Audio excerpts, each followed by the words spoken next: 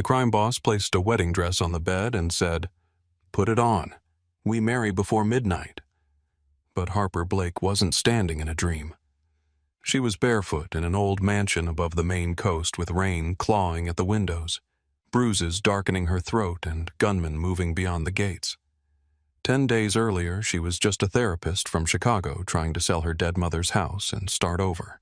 No mafia, no bloodline, no man with storm-gray eyes who looked at her like saving her might ruin him. This story is not just about danger. It is about the secrets families bury, the price of survival, and the terrifying moment when protection starts to feel like love. So stay with me until the end. And if you're watching tonight, like this video and comment where you're watching from. 10 days before the dress, before the rain, before Caleb Graves looked at her like the world was burning and only her name still mattered. Harper Blake was sitting alone in her Chicago office listening to the air conditioner rattle above a ceiling tile that had needed fixing for 6 months. Her last client of the day had just left. The room still held the soft traces of someone else's pain, a tissue twisted in the trash, a coffee cup untouched on the side table, a throw pillow pressed flat where trembling hands had held it too tightly. Harper sat at her desk with her hair pinned low at the back of her neck, her blouse sleeves rolled to her elbows and a black pen moving across her notebook in clean, measured lines. Client reports increased sleep disturbance, avoidance of mirrors, startled response when partner raises voice. She paused, tapped the pen once against the paper, then added another line. Safety is not the same as silence. The sentence stared back at her. For some reason, it made her think of her mother. Harper closed the notebook before the thought could become a memory. She was good at that. Closing things, doors, conversations, feelings before they got large enough to need names. Outside the window, Chicago moved in silver traffic and wet pavement. Evening rain painted the glass in trembling lines. Somewhere below, a horn blared, a bus sighed at the curb, and people hurried home under umbrellas pressed close to their own lives. Harper remained still. Her phone buzzed. She glanced down, expecting a reminder, a billing notice, a message from Tessa asking if she had eaten anything besides almonds and black coffee. Instead, the subject line made her hand tighten around the pen. Final transfer of Waverly House property. The email came from an attorney in Maine. For several seconds, Harper only looked at it. The screen dimmed. She tapped it awake. Dear Ms. Blake, the final paperwork has been recorded. The Gray Harbor property formerly held by Lillian Waverly Blake is now legally transferred to you. Her mother's full name did something strange to the room. Lillian Waverly Blake. Not Mom. Not even Lillian Blake, the name she used in Chicago, the name printed on insurance forms and medical records, and the funeral program Harper had approved with dry eyes and numb fingers. Waverly. That name belonged to a woman Harper never met, or maybe to a version of her mother that had died long before her body did. Harper leaned back in her chair and stared at the ceiling. 6 months since the funeral.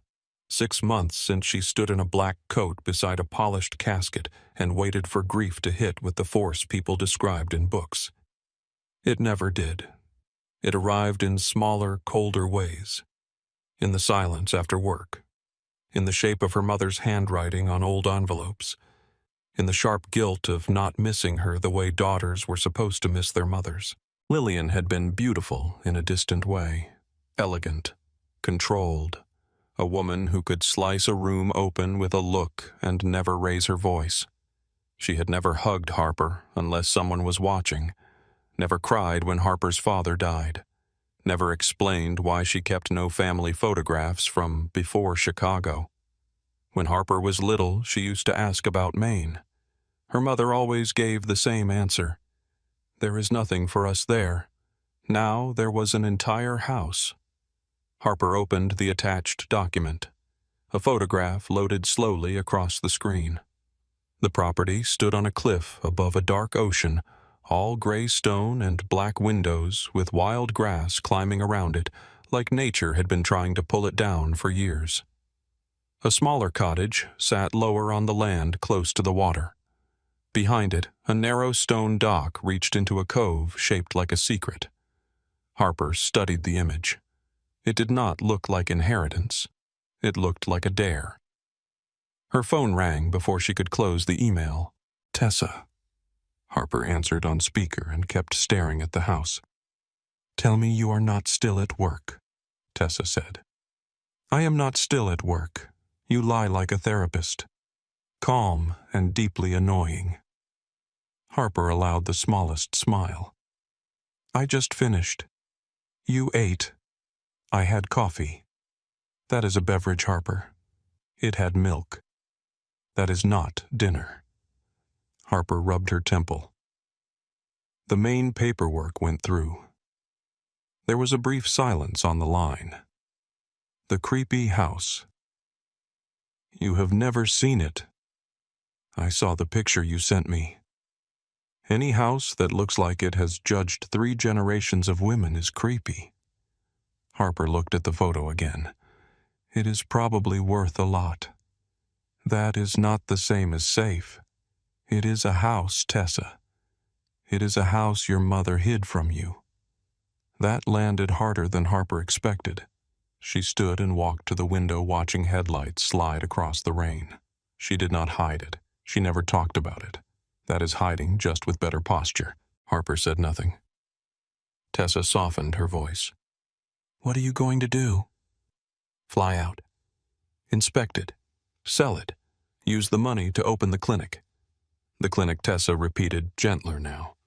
Harper saw it the way she always did when she needed a reason to keep moving. A clean office with sunlight. A waiting room that did not smell like old carpet. A place where clients were not rushed because insurance wanted neat progress in 12 sessions. Her name on the door. No Dr. Reynolds hovering behind her taking credit for her work and calling it mentorship. "I can make it happen," Harper said. "I know you can." Tessa was quiet for a moment. "Just promise me you will be careful." Harper turned from the window. "I am always careful. That is what worries me." 2 days later, Harper landed in Portland beneath a low, bruised sky. By the time she reached Gray Harbor, the rain had stopped, but the whole town looked damp, as if the ocean had breathed over it and never pulled back. The air smelled like salt diesel pine and old wood. Fishing boats knocked softly against the docks. Gulls screamed above the harbor with ugly confidence. Brick storefronts leaned into narrow streets, their windows glowing gold against the afternoon fog. Harper stepped out of the rental car in front of a small real estate office with peeling blue trim. A bell above the door rang when she entered. The man behind the desk looked up and froze for half a heartbeat. He was in his late 50s with thinning hair, wire-frame glasses, and the sun-damaged face of someone who had spent his life pretending coastal weather built character instead of arthritis. "Ms. Blake?" he asked. "Yes." He stood too quickly, knocking a stack of folders sideways. "Glenn Porter. We spoke on the phone." They shook hands. His palm was damp. Harper noticed because noticing was automatic. Nervous system first, story second. His smile was polite, but his eyes kept moving over her face like he was searching for someone else there. "You look like her," he said, before he seemed to think better of it. Harper's shoulders tightened. My mother, Glenn, cleared his throat. "Yes. Some." "You knew her?" "No. Not really. People knew of the Waverleys." The way he said it made the name feel heavier than it had any right to be. Harper picked up on the shift, the careful tone, the glance toward the office window as if the street might be listening. "Is that going to be a problem?" she asked. "What?" "The name." Glenn laughed once too lightly. No, of course not. Old town, old stories. That is all." Harper did not believe him. They drove to the property in his truck because, according to Glenn, the road up to the cliff was not friendly to rental sedans. The town thinned behind them.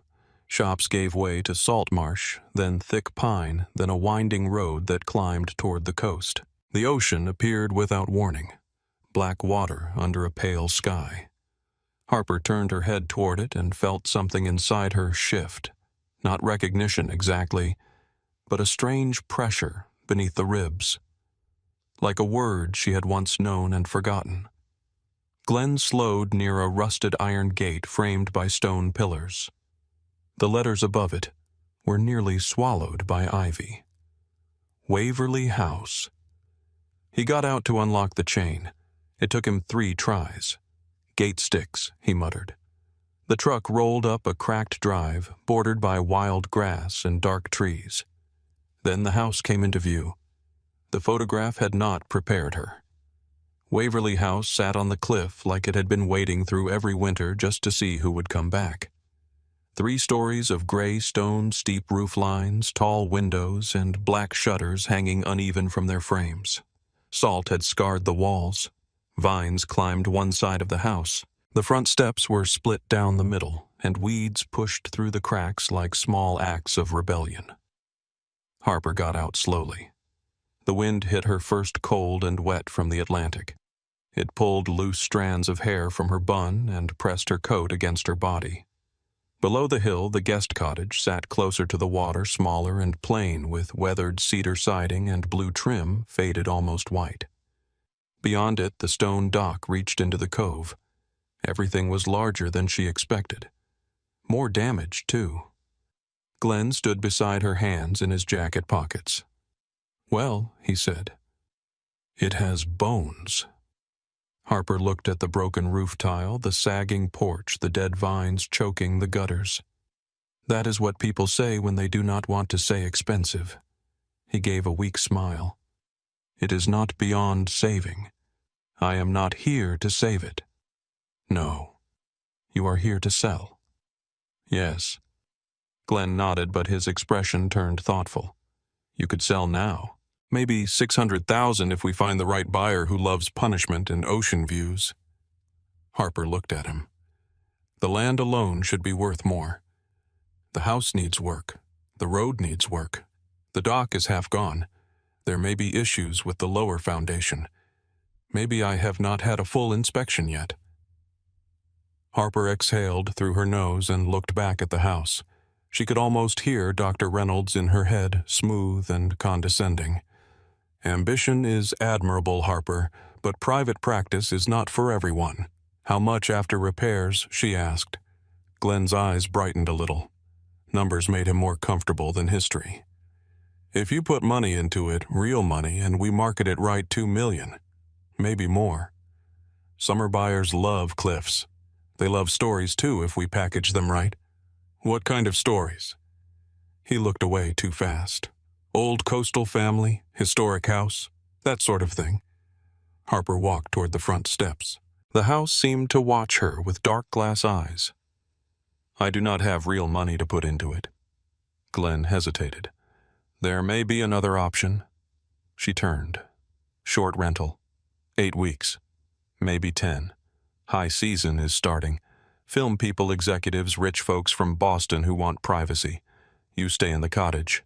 Use the income to repair enough for a proper sale." Harper looked toward the cottage. It was small but intact. "I can work remotely," she said, more to herself than to him. "Exactly. Who would rent this place before repairs?" Glenn smiled the way people smile when they hope luck will look like competence. You would be surprised what people pay for privacy. That night, Harper stayed at the only inn in town with reliable heat and questionable wallpaper. The room smelled faintly of lemon cleaner and old carpet. She sat cross-legged on the bed with her laptop open, going through inspection estimates and contractor websites until the numbers blurred. Tessa's face appeared on a video call wrapped in a towel, eyebrows already lifted. "Okay," Tessa said. "Show me the murder mansion." "It is not a murder mansion. You say that like the mansion told you personally." Harper turned the laptop and showed a photo she had taken from the drive. Tessa leaned closer to her screen. "Absolutely haunted. It is neglected. It has secrets. Everything has secrets if you are dramatic enough. Harper. What, you went quiet when you saw it? Harper looked down at the bedspread. Tiny blue flowers repeated across the fabric in orderly lines. It is bigger than I thought. That is not what I mean. Harper closed the photo. I may rent it for 2 months, use the money to fix it, then sell. Tessa's expression shifted from teasing to concern, to who I do not know yet. You are going to live alone in a cottage next to strangers renting your dead mother's hidden family mansion. When you phrase it badly, yes, that is not bad phrasing. That is the plot of every story where the woman ignores several warnings and then says, I should have left. Harper laughed softly despite herself. I am not helpless. I know. You are so not helpless you forget other people can still hurt you. The words found a quiet place and stayed there. Harper looked toward the window. Fog pressed against the glass, thick enough to erase the street. I will be careful, she said. Tessa sighed. You always say that. At 7:13 the next morning, Glenn called before Harper had finished her coffee. I have someone, he said, breathless. Harper sat up in bed. Someone, a tenant. Serious. Wants the house immediately. 8 weeks. That is fast. He is offering cash. How much? Glenn named a number. Harper went still. That is ridiculous. It is generous. It is suspicious. It is both. She swung her legs off the bed. Who is he? A businessman from Boston. What kind of business? A pause. Private investments. Harper closed her eyes. That means nothing. It means he can pay. By the time Harper reached Waverly House, the sky had turned bright and cold. Sunlight flashed across the cove, but the wind still carried teeth. The iron gate stood open. She parked outside and walked in quickly, her boots slipping a little on the damp stone path. She had not slept well. Her head was crowded with numbers, warnings, and her mother's name whispered by strangers. Halfway up the path, her foot caught on a root hidden in the grass. The ground disappeared beneath her. She reached out, but there was nothing to grab. Then strong hands caught her by the waist and pulled her back against a solid chest. For one sharp second, all Harper knew was heat through wool, the scent of cedar and expensive cologne, and the steady rhythm of someone else's heart against her spine. Her body reacted before her mind did. She twisted free and turned. The man holding her was tall, broad-shouldered, and dressed in a charcoal coat that looked too refined for the broken garden. His dark hair was combed back from a face built in clean, severe lines. He had the kind of mouth that did not need to smile to be cruel, and eyes the color of storm clouds over deep water. He looked at her like he had already decided 3 things about her, and was waiting to see if she would prove a 4th. You should watch your step, he said. His voice was low, roughened by the East Coast calm enough to irritate her. You should not grab people from behind. One corner of his mouth moved. Not quite a smile. You were falling. I noticed. Did you? She straightened her coat and stepped back to create distance. He let her. That annoyed her too, because she had expected him not to. Glenn hurried across the yard, face flushed, waving one hand. Ms. Blake. Good. You met Mr. Graves. Graves. The name settled into the cold air. The man did not offer his hand. Neither did Harper. Behind him stood 2 other men. One had close-cropped hair, a soldier's stillness, and eyes that missed nothing. The other was younger, leaner, with a phone in one hand and a black duffel at his feet. Both wore dark clothes. Both looked entirely out of place at a rental showing. Harper turned to Glenn. This is the tenant. Yes, Caleb Graves. Mr. Graves, this is Harper Blake, the owner. Caleb's gaze sharpened almost imperceptibly. Blake, he said. My legal name, yes. And Waverly. My mother's name. I know. The answer came too quickly. Harper felt the first real warning move through her. You researched me. I research everything I put money into. I am not part of the rental. No, he said. You are the complication. Glenn made a small, strangled sound. Mr. Graves is interested in privacy. Very interested. He was just explaining that he would prefer full access to the grounds. Harper looked back at Caleb. Full access. The main house, the drive, the dock, the cottage area. The cottage is where I will be staying. No. Her eyebrows lifted. Excuse me? Caleb slid his hands into his coat pockets. The movement was casual, but nothing about him felt relaxed. If I rent this property, I do not want the owner living 20 yards away.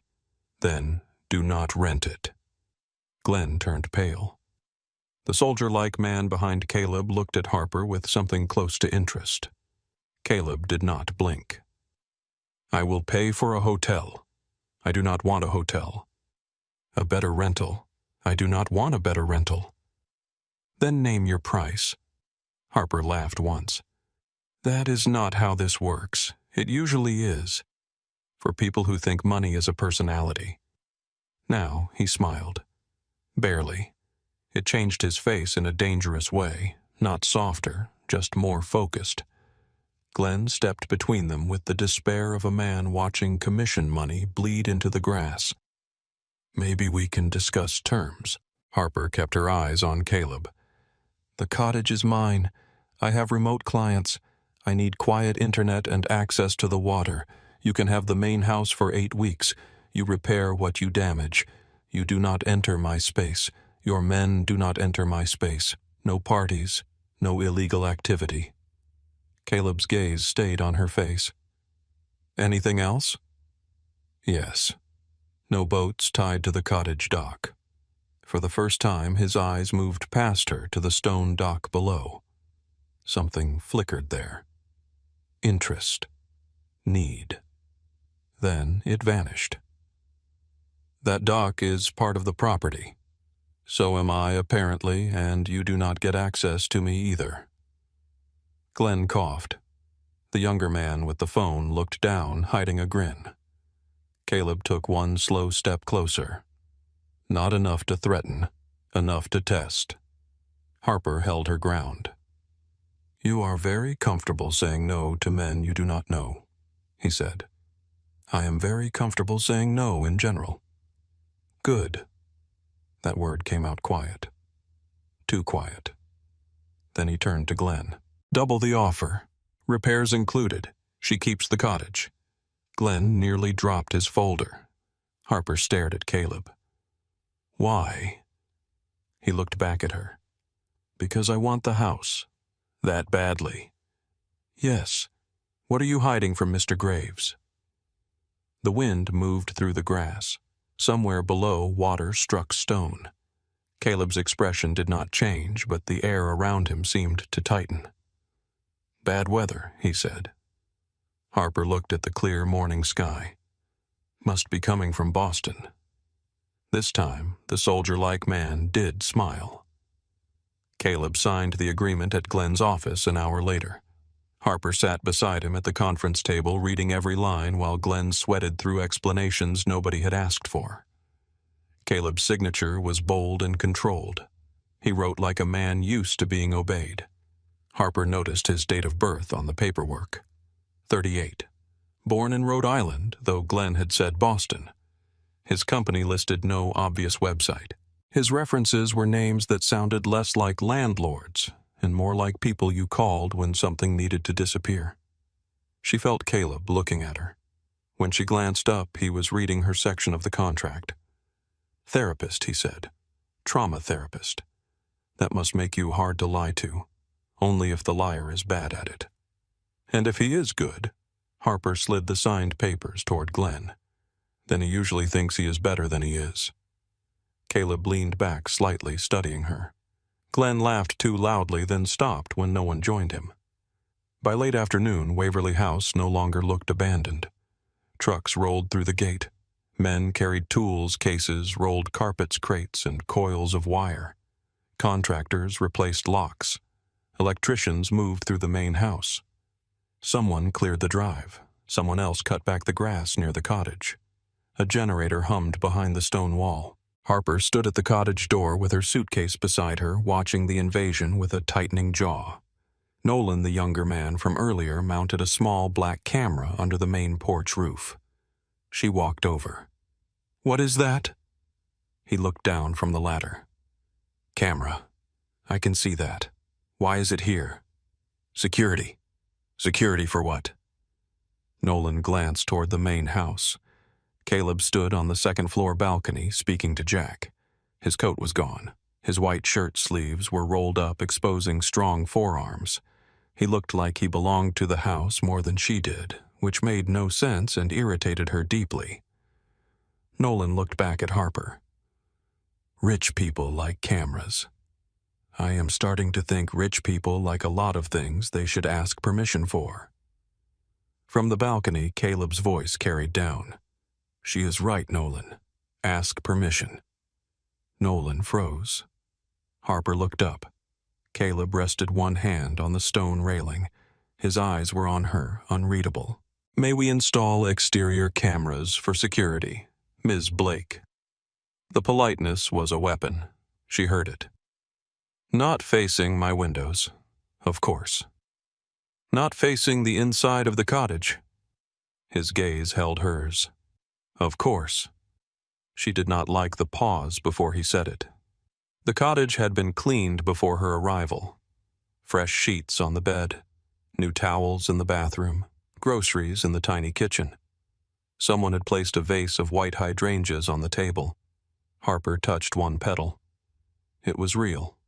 She unpacked slowly. Laptop on the small desk. Clothes in the old dresser. Her clinical books on the shelf near the window. A framed photo of her father beside the bed. No photo of her mother. Outside, men moved around the property until sunset. Their voices came in low bursts. Tools struck stone. A saw whined somewhere inside the main house. The smell of cut wood mixed with salt air. Harper made tea she did not drink and opened her laptop for a session with a client in Chicago. For 50 minutes, she listened to a woman describe panic attacks after leaving a violent partner. Harper's voice stayed calm, grounded, present. But through the window behind the screen, she could see Caleb on the path near the dock speaking into his phone, his posture still as the sea wind moved around him. At one point, he looked toward the cottage. Harper looked back at her client and hated that her pulse changed. After the session, she wrote notes at the kitchen table. Client identifies safety with isolation, strong resistance to accepting support, fear of dependence framed as independence. The pen stopped. Harper looked at the sentence. Then she closed the notebook. Night came hard over Gray Harbor. No city glow, no constant traffic, just the low rush of the Atlantic and the occasional creak of the old cottage settling around her. Harper stood at the window in an oversized sweater, watching lights burn in the main house. Caleb's silhouette crossed one upstairs window, then disappeared. She thought of her mother walking those halls as a girl. Had Lillian stood at those same windows and dreamed of escape? Had she hated this place, feared it, loved it enough to keep it? The questions irritated Harper because questions without answers felt like rooms without doors. The next morning, she went into town. Gray Harbor looked different in sunlight, less haunted, more watchful. A woman sweeping outside a bakery glanced at Harper, then at the rental car, then at Harper again.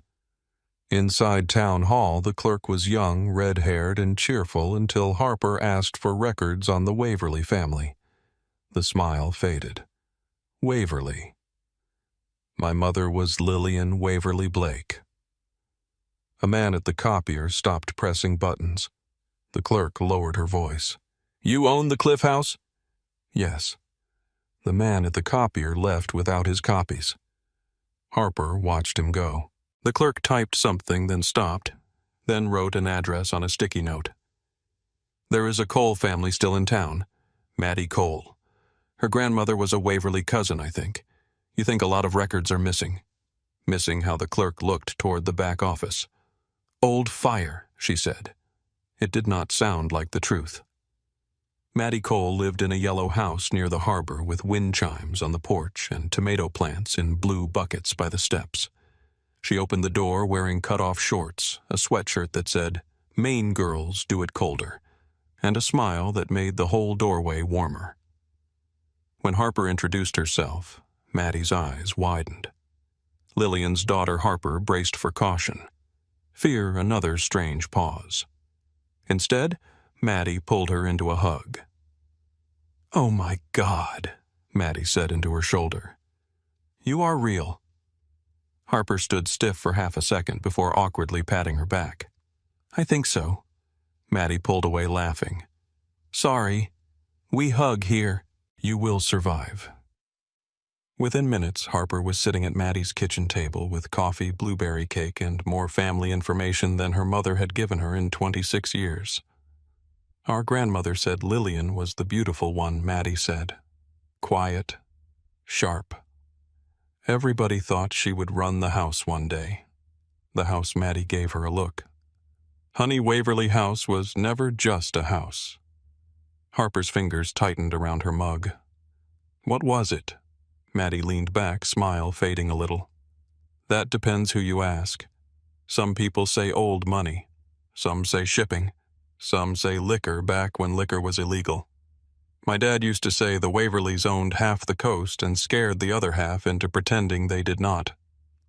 Harper absorbed that in silence. My mother never said any of this. Maybe she wanted to forget. She was good at that. Maddie studied her face with unexpected gentleness. You look like you learned it too. Harper looked away first. By the time she returned to Waverly House, the sun had started to drop behind the pines. The main house was quieter now, most of the workers gone. A few lights glowed inside. The front door stood open. Harper told herself she only wanted to check the repair progress. It was still her house.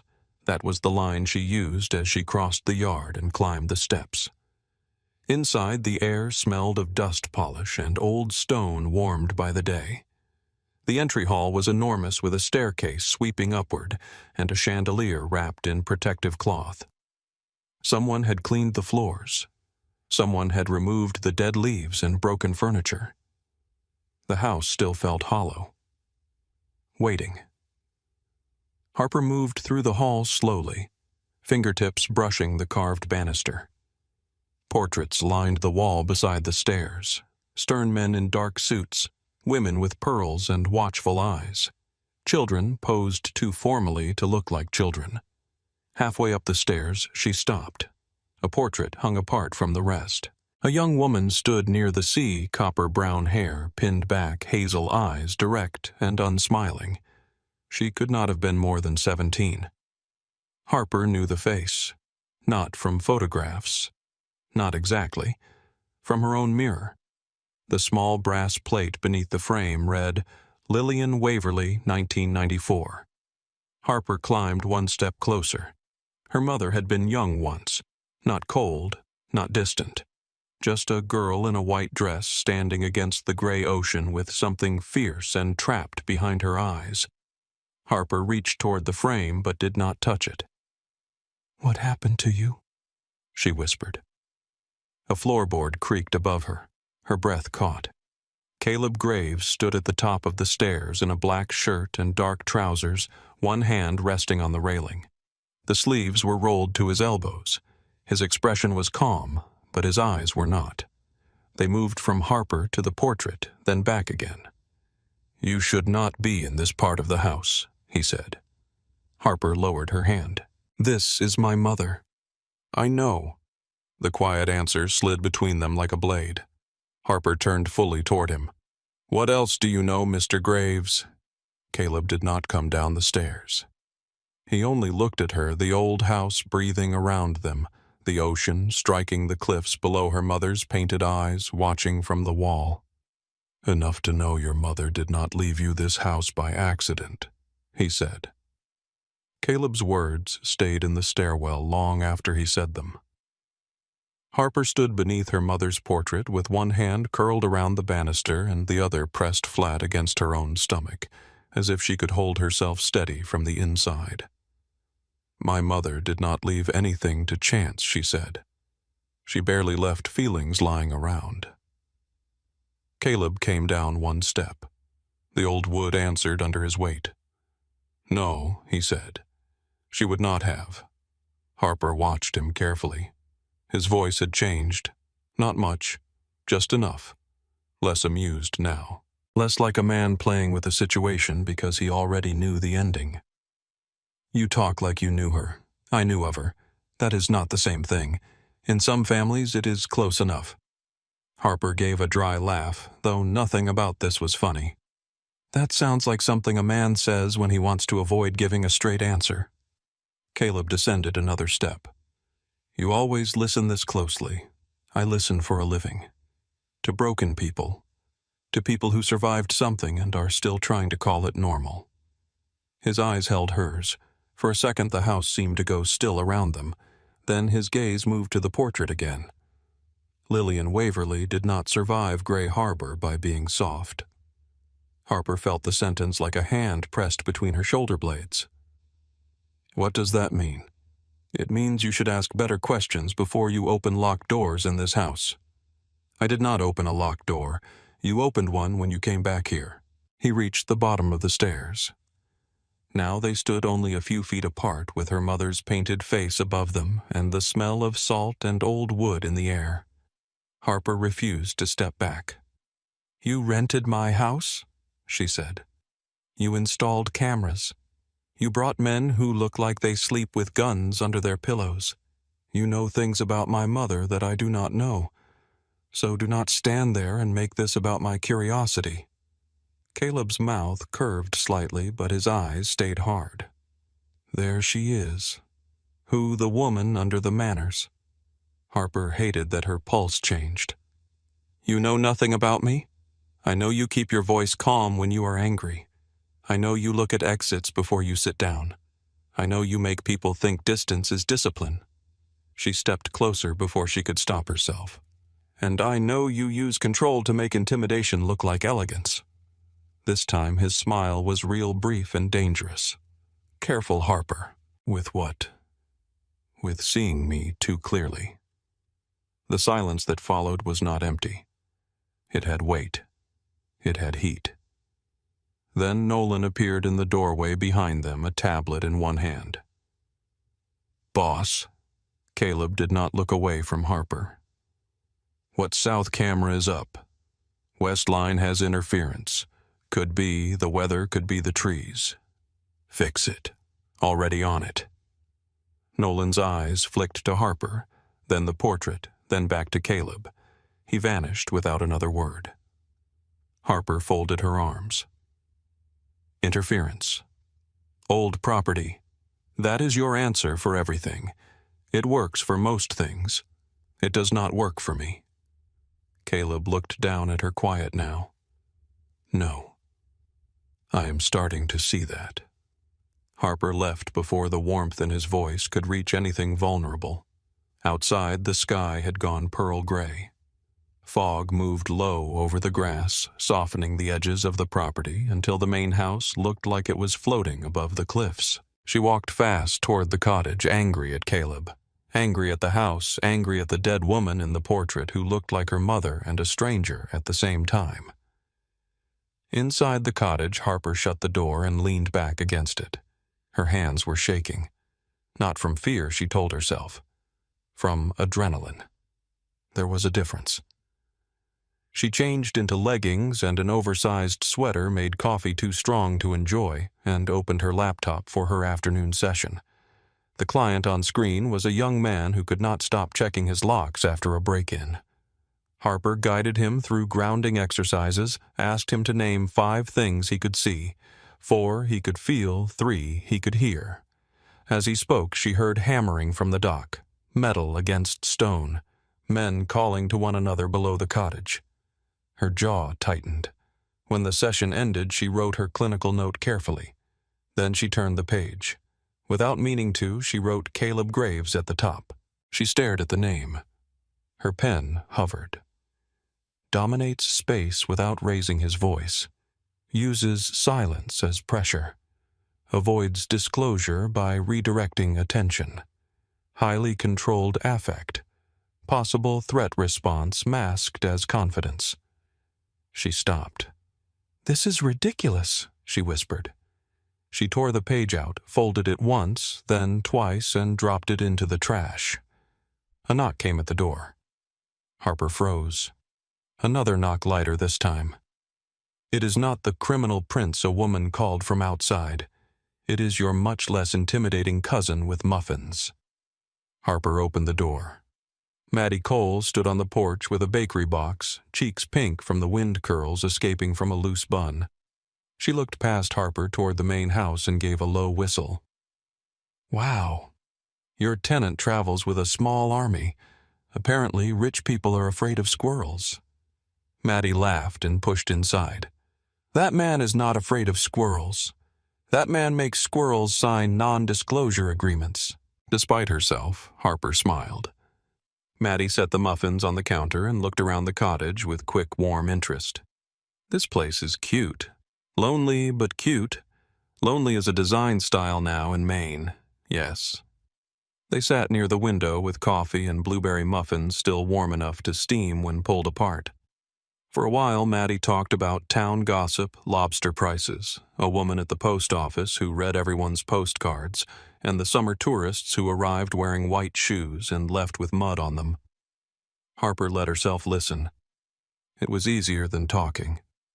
Then Maddie nodded toward the main house. "So, Caleb Graves." Harper kept her face neutral. "What about him? Men like that do not come to Gray Harbor for vacation. You know him, not personally. But people know names. Graves is Boston trouble. That is vague. Vague keeps people breathing." Harper looked at her cousin more carefully. The brightness was still there, but beneath it sat something older. A town-born caution. "My mother knew people like him." Maddie's fingers tightened around her mug. "Your mother was a Waverly. That keeps being used as an explanation, but no one actually explains it." Maddie looked toward the window. The main house watched them from the hill. "My dad used to say the Waverlys did not ask permission from this town. They gave permission to it." Harper swallowed. "That sounds criminal." Maddie's eyes returned to hers. "It sounds powerful. There is a difference. Sometimes." The word hung between them. Later, Maddie insisted Harper come into town that evening. There was music at the harbor, she said. Nothing formal, just locals, beer-fried clams, and an old band that played every Friday like the world would end if they stopped. Harper almost refused. Maddie saw it coming. "No," she said, pointing at her. "You are not staying here to stare at the ocean and psychoanalyze a man with cheekbones. I was not going to do that. You absolutely were. I have work. You have avoidance wrapped in productivity." Harper blinked. Maddie smiled. "See, Waverlys can analyze too." By sunset, Harper found herself walking beside Maddie along the harbor wearing dark jeans, a cream sweater, and boots not made for dancing. String lights hung between poles. Music spilled across the dock in warm waves of guitar fiddle and rough voices singing about whiskey and leaving home. People stood around with paper plates and plastic cups laughing too loudly over the wind. For the first time since arriving, Harper felt almost invisible.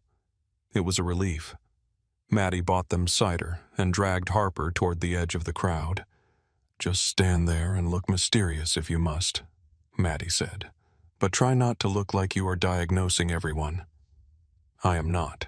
You just glanced at that man's wedding ring and his posture. He is lying to the woman next to him." Maddie looked impressed. "About what?" "No idea. But he is bad at it." Maddie laughed bright and sudden. Then her gaze shifted past Harper's shoulder. The laughter faded into a smile with sharper edges. "Well," she said, "Boston trouble." Harper turned. Caleb Graves stood at the far end of the dock. He wore a dark coat open over a black shirt, no tie, no visible effort.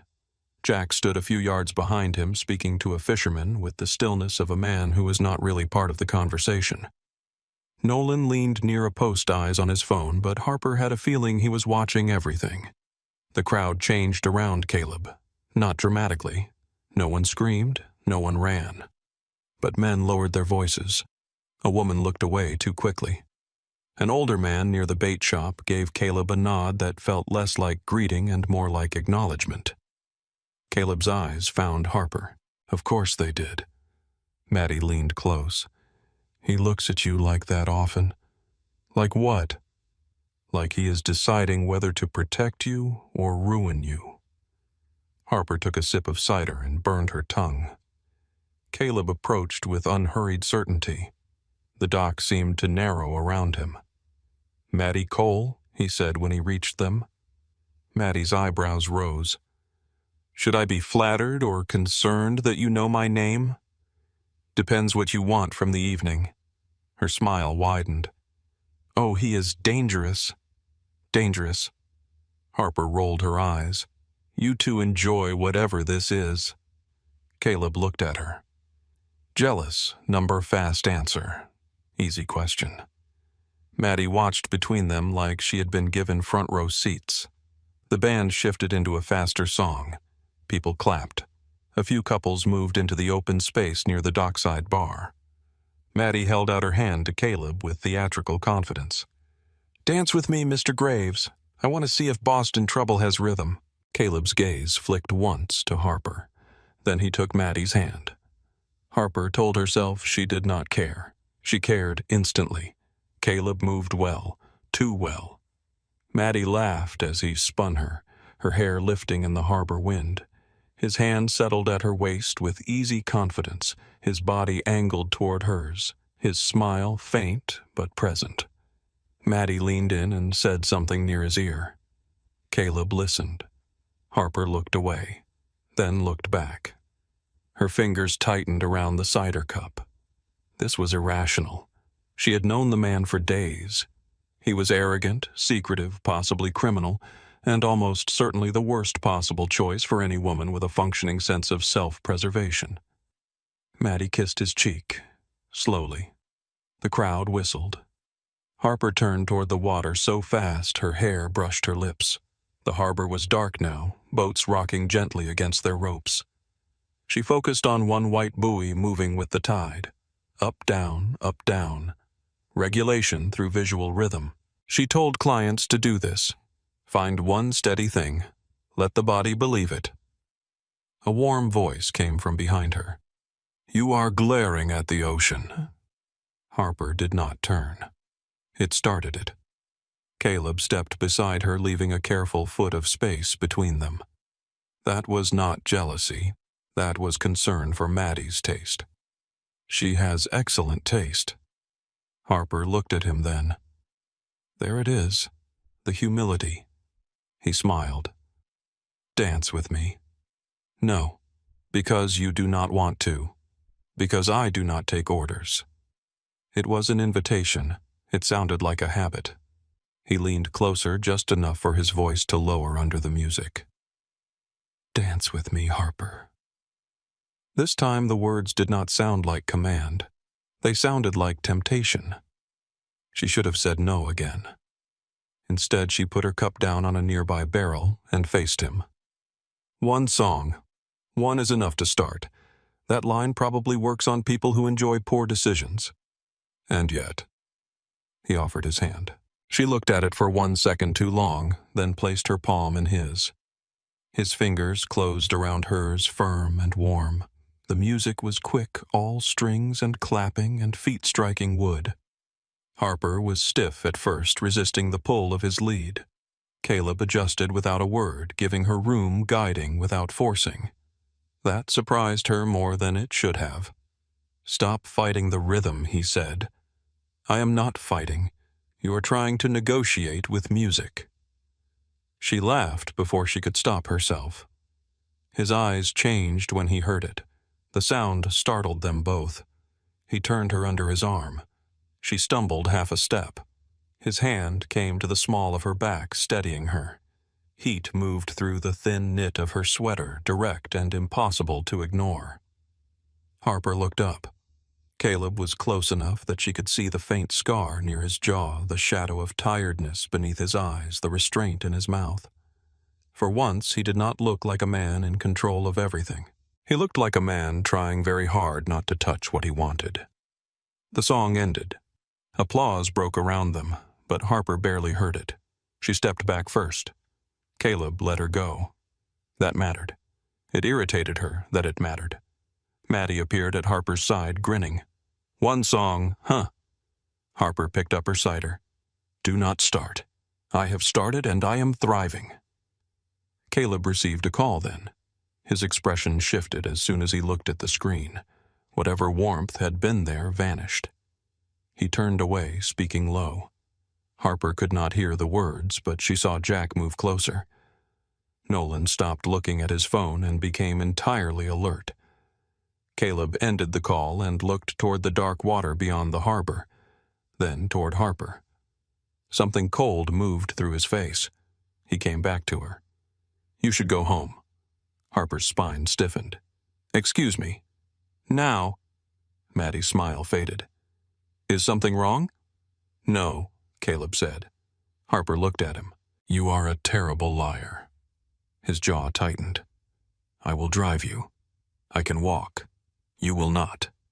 The words snapped too sharp. People nearby glanced over. Harper felt heat rise in her face. "Lower your voice." Caleb looked like he wanted to say something else. Instead, he exhaled through his nose and stepped back. "Please," he said. That single word changed the air more than anger would have. Harper studied him. There was danger here. Real danger. Not flirtation. Not arrogance. Something moving under the surface. Maddie touched Harper's arm. "I can take you." Harper shook her head. "No. It is 10 minutes. I need air." Caleb's eyes darkened. "Harper." She hated the way her name sounded in his voice when he was worried. "I said I can walk." She left before he could argue again. The road back to Waverly House curved along the water lit by scattered porch lamps and the pale wash of moon behind clouds. Harper walked quickly, arms folded against the cold. Her body still remembered the dance. Her mind replayed Caleb's expression after the phone call. You should go home. Not leave. Not get away. Go home. As if the cottage were safe. As if he could make it safe by wanting it. By the time she reached the property, the main house was dark except for one upstairs window. The cottage porch light glowed soft yellow. The ocean moved below, restless and black. Harper locked the door behind her and leaned against it. Her heart was beating too fast. She changed into sleep shorts and an old Northwestern sweatshirt, then poured a glass of red wine she did not really want. On the table, her clinical book lay open from earlier. She tried to read 3 pages and absorbed none of them. The cottage creaked. Wind, she told herself. Then came another sound. Metal against wood. A slow scrape from outside. Harper set the glass down. She listened. Nothing. The rational explanation was obvious. A loose dock chain. One of Caleb's men. An animal. Her own nerves performing theater. She crossed to the back door facing the water and looked through the glass. The dock was empty. The cove beyond it was black. She opened the door. Cold air rushed in, carrying salt and seaweed and something metallic. Caleb, she called, annoyed at the tremor she almost heard in her own voice. No answer. She stepped onto the small back porch, then down onto the stone path. The boat tied near the far cleat knocked gently against the dock. A boat that was not supposed to be there. Her stomach dropped. She turned back toward the cottage. A hand closed around her throat. The force lifted her onto her toes. Harper's breath vanished. Her hands flew to the wrist at her neck nails, digging into leather gloves. A masked man loomed behind her, taller than she was strong enough to drag her backward across the stone. She tried to scream. Nothing came out. Only a broken scrape of air. Panic flashed white behind her eyes, but training cut through it in fragments. Drop weight, twist, target the thumb. She drove her heel down hard against his foot. He grunted. His grip tightened. Pain exploded through her throat. She clawed at him, kicked backward, slammed her elbow into ribs. He struck her across the face. The world tilted. Her mouth filled with blood. Then a voice cut through the night. Low, controlled, deadly. Let her go. The man froze. Harper's vision blurred, but she saw Caleb at the edge of the path. Gun raised his face, stripped of charm, stripped of heat, stripped of everything but violence held on a leash. The masked man pulled Harper tighter against him. Caleb's eyes met hers. For the first time since she had met him, he looked afraid. Not for himself, for her. Harper, he said softly, do not move. The man's arm crushed harder against her throat. Blackness crowded the edges of her vision. The last thing she felt was Caleb's gaze holding on to her like a promise. Then the world went dark. Harper came back to the world in pieces. First sound. Rain ticking against glass. Low voices somewhere beyond a wall. The ocean breathing below the cliffs. Then pain. Her throat burned as if someone had poured fire down it. Her cheek throbbed. Her lip felt split and swollen. When she tried to swallow, her whole body stiffened. She opened her eyes. The ceiling above her was not the ceiling of the cottage. Dark wood beams crossed over a wide room lit by one lamp near the bed. Tall windows faced the black Atlantic, though the curtains were half drawn. The room smelled like smoke salt leather and something clean beneath it. Caleb sat beside the bed. His jacket was gone. His white shirt was open at the collar sleeves rolled, one cuff stained dark. Blood may be hers, maybe someone else's. In one hand he held a folded cloth. In the other a small glass bottle of antiseptic. He looked worse than she had ever seen him. Not injured, not exactly. Undone. His eyes lifted the moment hers opened. "Do not try to talk," he said. Harper tried anyway. Only a raw rasp came out. The pain made her eyes water. Caleb leaned closer, not touching her yet. "I said, do not." She wanted to glare at him, but even that hurt. He dipped the cloth into a bowl on the nightstand and pressed it gently to the corner of her mouth. The sting was sharp enough to make her flinch. His jaw tightened. "I know," he said quietly. "I am sorry." The apology did not sound polished. It sounded dragged from somewhere ugly. Harper lifted one hand toward her neck. Caleb caught her wrist before she touched the bruises. "Do not," he said again, softer this time. "You will make it worse." Her eyes burned with anger, now not pain. She pulled her wrist free. He let her. That small surrender made her more afraid than if he had held on. She turned her head, searching the room. Her clothes were folded on a chair near the window. Her boots were on the floor. Her coat hung over the back of a leather chair. Someone had brought her here. Someone had undressed enough of her to clean the blood. Someone had decided where she would wake up. Caleb saw the realization move across her face. "You were bleeding," he said. "Your sweater was torn. Maddie helped clean you before she left." "Maddie." Harper closed her eyes for a second. Relief moved through her, thin but real. She tried to speak again. "Who?" The word came out cracked. Caleb's expression went still. "A Rourke man." The name meant nothing to her, but the way he said it made the room colder. "Rourke," she repeated, barely a whisper. Caleb set the cloth aside. "Do not force your voice." She pushed herself up on one elbow. Pain flashed through her neck and made the room tilt, but she refused to lie back. "Who is Rourke?"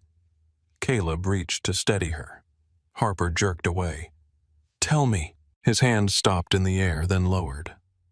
For a moment only the rain spoke. Then he stood and walked to the window. Outside, the cliff dropped into darkness. Somewhere below, waves struck stone hard enough to sound like distant doors slamming. "The Rourkes are a crew out of South Boston," Caleb said. "They have been moving north for years. Ports, shipping lanes, cash routes, judges, cops, the usual rot dressed in better clothes." Harper stared at him. "You say that like you are not part of the same rot." He turned. "No. I say it like I know the smell." Fear and pain sharpened inside her. "Is he dead?" Caleb's eyes did not move from hers. "Yes." A sick silence opened between them. Harper's stomach twisted. "You killed him." He put his hands on your throat. "That is not an answer." "Yes, Harper. I killed him." The plainness of it hit harder than a confession should have. She swung her legs over the side of the bed. The floor was cold beneath her bare feet. She stood too quickly and nearly fell. Caleb moved. She raised one hand. "Do not." He stopped. She hated that he listened. She hated that part of her had expected him not to. "I need to call the police," she said. "No." The word was quiet. Final. Her head snapped up. "No. The police cannot help you. Because you murdered the man who attacked me. Because half the people wearing badges on this coast have been bought by someone. Some by the Rourkes. Some by men who hate the Rourkes but would sell you anyway if the price was right. That is convenient. That is true." Harper moved toward the chair where her clothes sat. "I am leaving." Caleb stepped in front of the door. Not fast, not dramatic, just there. Harper stopped with the bed between them. Her voice shook now, and she hated that too. "Move. I cannot let you walk out of this room without knowing what waits outside it. You do not get to let me do anything." His face changed. The words struck him. He took them in, and for once he did not deflect. "You are right," he said. Harper blinked. Caleb looked toward the floor, then back at her. "But if you leave blind, you die angry. I would rather you stay alive long enough to hate me properly." The room seemed to lean around that sentence. Harper's fingers tightened on the back of the chair. "What is happening?" Caleb studied her for a long second. Then he opened the door. "Come with me." She did not move. He looked back. "Not because I commanded. Because the truth is downstairs." Harper dressed in silence. Every movement hurt. Pulling the sweater over her head made her throat pulse. Buttoning her jeans required hands that would not stop trembling. Caleb stood in the hall with his back turned the entire time, close enough to hear if she fell far enough to pretend he was giving her privacy. When she stepped out, Jack was waiting near the staircase. His face was hard, but his eyes softened when he saw the marks on her neck. "Miss Blake," he said.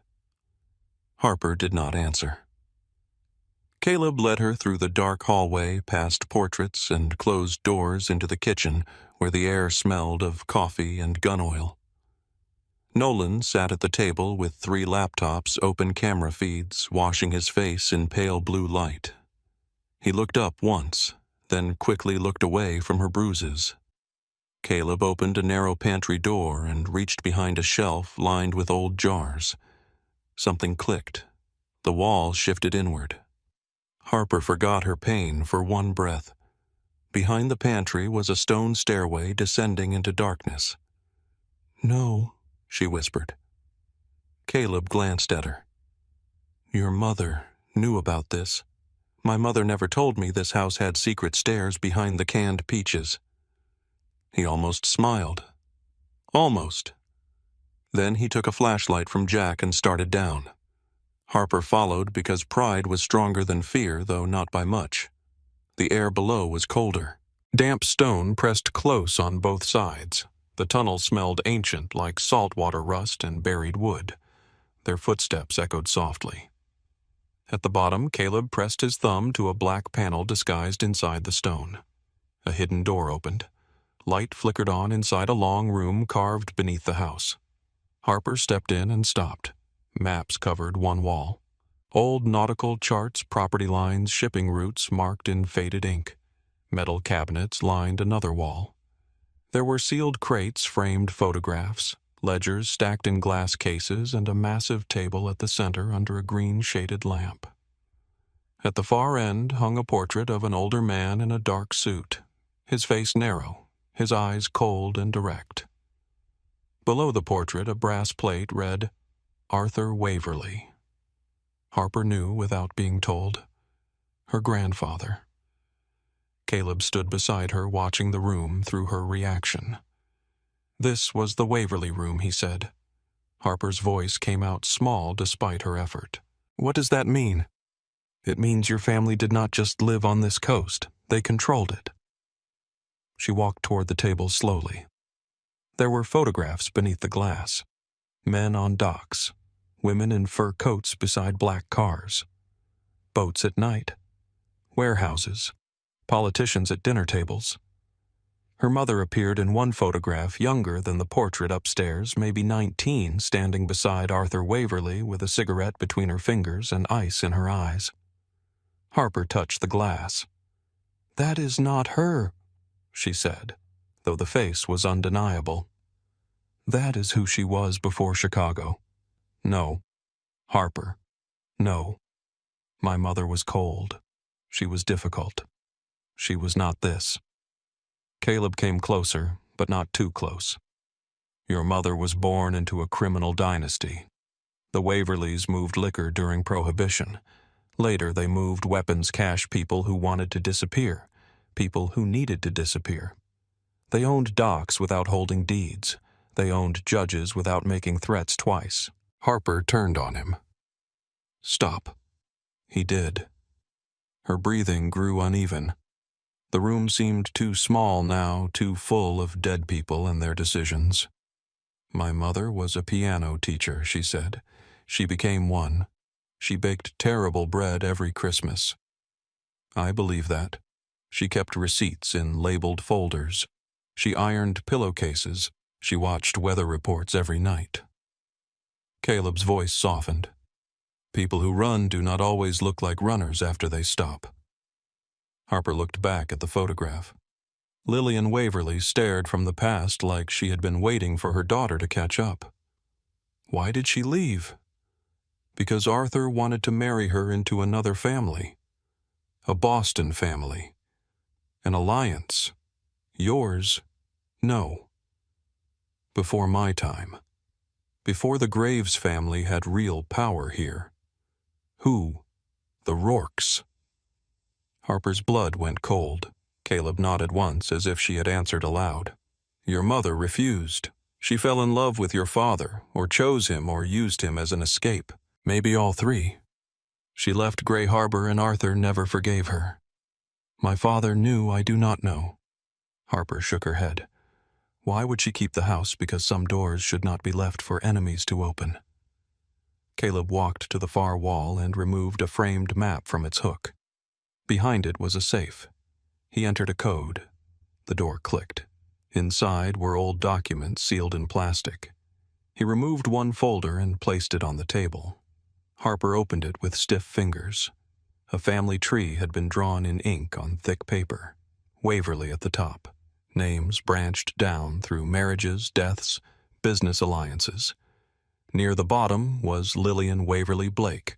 Below her, in careful handwriting, was Harper Elise Blake. Living heir. The room tilted. Caleb caught her elbow before she fell. This time she did not pull away immediately. She looked up at him.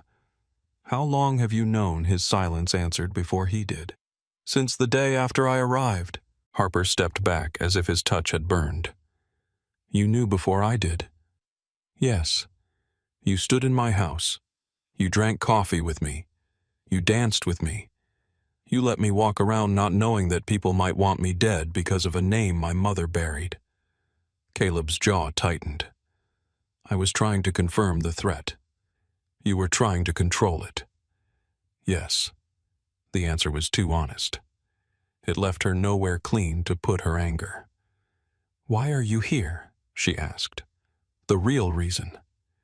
Caleb looked toward the maps. 3 weeks ago, the Rourkes hit one of my warehouses in Boston.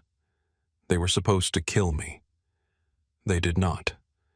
I came north because this house has tunnels, water access, and records that can ruin their money network. So I was convenient. At first. The words cut. Harper swallowed against the pain in her throat. And now Caleb's eyes returned to her. "Now you are the one thing I cannot move like a piece on the board." She wanted not to feel that. She felt it anyway. A knock sounded from the tunnel entrance. Jack stepped into the room. "Boss, Dean is here." Caleb's expression closed. Harper noticed it. The fractional pause, the tightening around the eyes. "Your cousin?" she asked. Caleb looked at Jack. "Bring him to the library." Jack nodded and left. Harper studied Caleb. "You do not trust him. I trust very few people." That was not an answer. No. The library upstairs had been cleaned but not restored. Books still leaned in dusty shelves. A fire burned low in the grate.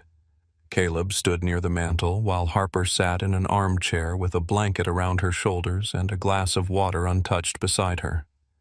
Dean Graves entered as if the house belonged to him. He was handsome in a warmer way than Caleb, with sandy brown hair, a quick smile, and a navy coat that probably cost more than Harper's first car. He crossed the room, fast concern arranged neatly on his face. "Jesus, Caleb. I heard there was trouble." His eyes moved to Harper's bruised neck. Too quickly, then away. Harper noticed. Caleb did too. "Dean," Caleb said. "This is Harper Blake." Dean's smile softened. "I am sorry about what happened. No one should be dragged into our mess." Our mess. Harper turned the phrase over in her mind. Not Caleb's mess. Not the Rourkes. Our. "You know who attacked me?" she asked. Dean blinked, then recovered. "I heard Rourke sent a man." "From who?" A tiny pause. "Word travels." Harper saw Caleb's gaze sharpen from across the room. Dean moved toward the bar cart. "You need a drink." "Caleb?" Caleb did not answer. Dean stopped. The air shifted. Harper felt it before anyone spoke. She had sat in too many rooms where families pretended the knife was not on the table. Caleb's voice was even. "How did you know it was a Rourke man?" Dean looked back with a laugh. "Who else would it be?" Jack did not say. The fire cracked softly. Dean's smile stayed in place, but something behind it lost rhythm. "Come on. We all know who is hunting you." Harper watched his hands. Smooth, relaxed, but the thumb pressed once into the side of his index finger. A self-soothing gesture. Small. Almost nothing. Almost. She looked at Caleb. "He is afraid," she said quietly. Dean turned toward her. "Excuse me." Harper's throat hurt, but she spoke anyway. "Not for me. Not for Caleb. For himself." Dean's smile vanished. Caleb did not move. Dean gave a short laugh. "She gets choked once and wakes up playing detective." Harper held his stare. "You asked about the attack before you asked if I was alive." Dean's face hardened. Caleb stepped away from the mantel. "Careful, Dean." Dean raised both hands. "I came to help." "No," Caleb said. "You came to see how much we know." The room seemed to shrink around them. Then Nolan appeared at the doorway, pale and focused. "Boss, we intercepted a message from the South Road Tower." Caleb did not look away from Dean. "Read it." Nolan swallowed. Waverly Air confirmed. Graves attached. Ceremony prevents transfer. Move before midnight. Harper's skin went cold. Ceremony? She asked. Dean's face changed. There it was. Recognition. Caleb saw it. In one motion, Jack seized Dean from behind and slammed him against the bookshelf. Books fell around them in a heavy scatter. Dean cursed, struggling. Caleb crossed the room and grabbed him by the collar. "You told them!" Dean spat at his feet. "You were always so sure you owned the family." Caleb's voice dropped. "You gave them Harper. I gave them leverage. Caleb hit him once." Dean's head snapped sideways. Blood appeared at his mouth. Harper flinched, then hated herself for it. Caleb leaned close to Dean. "Lock him downstairs," he said to Jack. "Alive." Jack dragged Dean out, still fighting. The room rang with silence after. Harper stood slowly. What ceremony? Caleb turned toward her. The look in his eyes told her before he spoke. "No," she said. "Harper, no. The Rourkes know who you are. They know you are the last Waverly heir. If they take you unmarried, they can force claim, force signature, force transfer. They can turn every old Waverly asset against me and bury you when they are done." She backed away. Caleb followed only with his voice. "If you marry me, an attack on you becomes an attack on the Graves family. Your claim binds to mine. The house, the ledgers, the accounts, the old agreements become protected under my name before they can touch you." Harper laughed once, sharp and broken. "So that is it. I get attacked, lied to, dragged through a tunnel full of my dead family's crimes, and now I become Mrs. Graves because paperwork makes men with guns hesitate." Yes. The truth was brutal. At least he did not dress it up. Her eyes burned. "You are insane. I am out of time." The words struck her. Rain hit the windows harder now. Somewhere outside, Jack shouted an order. Footsteps moved through the hall. Nolan spoke rapidly into a radio. The house was waking into war. Caleb walked to the door and returned with a long white garment bag draped over one arm. Harper stared at it. No. The room seemed to fall away. Caleb laid the garment bag across the back of the sofa and unzipped it. Inside was a wedding dress. Ivory satin, long sleeves, old lace at the throat and wrists. Beautiful in a way that felt haunted. Harper did not need to ask whose it had been. Her mother's presence filled the room like cold perfume. Caleb's voice was low. It was in a cedar chest in Lillian's room. Harper could barely breathe. "You went through my mother's things. I went through Waverly House. That is not better." "No." He stepped back from the dress. "I am not asking you to love me. I am not asking you to trust me. I am telling you that before midnight the Rourkes will move. If you are my wife when they come, they face a family war. If you are not, they treat you like loose property." Harper slapped him. The sound cracked through the library. Nolan froze in the hallway. Caleb's head turned with the force of it. He stayed that way for a second, then slowly looked back at her. His cheek reddened. Harper's hand stung. Her voice trembled, but she did not lower it. "I am not property." Caleb's eyes held hers. "No," he said. "You are not. Then stop speaking like men get to decide the shape of my life." He was quiet. For the first time since she had known him, Caleb Graves looked like a man standing before something he could not threaten by or outmaneuver. Harper pointed toward the dress. "If I put that on, it is not because you handed it to me." "I know. If I marry you, you do not own me. I know. You do not touch me unless I ask." His voice roughened. "I know. No more cameras facing my cottage. No more secrets that place my life in danger." Caleb hesitated. Her eyes narrowed. "Caleb," he exhaled slowly. "No secrets that place your life in danger. That is not the same thing. It is the most honest promise I can keep." She hated him for that, and trusted him more because he did not make the easy lie. Outside, a gunshot cracked from somewhere beyond the gate. Harper flinched. Caleb did not, but his eyes moved to the window. Nolan shouted from the hall. 2 vehicles on the south road. The house answered all at once. Boots on stairs, radios, metal drawers opening, men moving with purpose. Caleb looked back at Harper. No seduction now, no arrogance. Only urgency and fear held behind iron. 5 minutes, he said. Harper looked at the dress, the lace at the throat, the ivory sleeves. The ghost of the mother who had run from this world and still left her daughter the key to it. Her voice came out almost calm. "Get Maddie." Caleb's brow tightened. "What if I am walking into a nightmare in my mother's wedding dress? I want someone in the room who can zip it without acting like a funeral director." Something moved across his face. Pain. Relief. Maybe both. He nodded once. Minutes later, Maddie stood behind Harper in an upstairs bedroom, hands careful on the tiny buttons of the dress. Her eyes were red, but her voice stayed steady. "You do not have to love him tonight," Maddie said. Harper looked at herself in the mirror. The dress fit too well, as if the house had been waiting to put her in it. "I might hate him."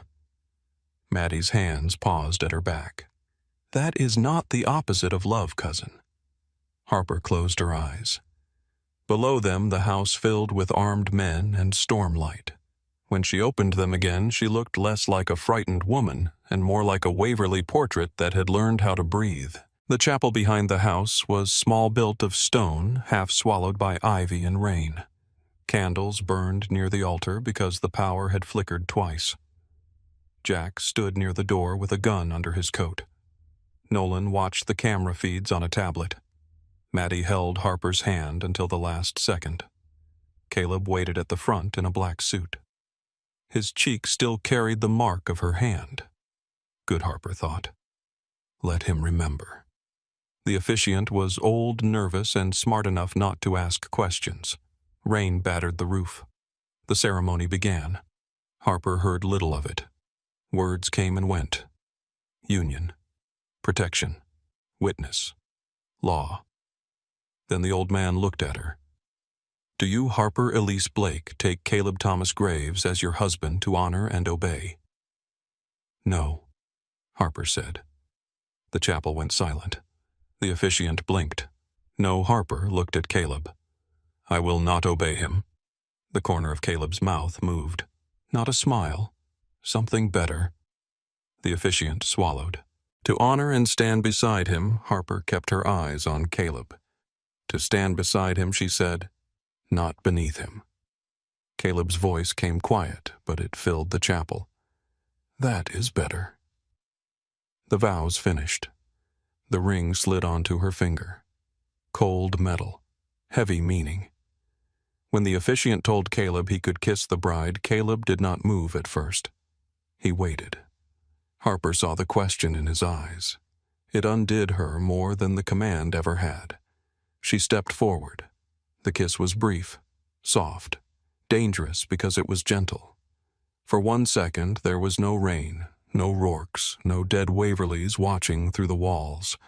Only Caleb's mouth against hers, and his hand hovering near her waist without touching until she leaned into him. Then Nolan's tablet beeped. He looked down, his face drained of color.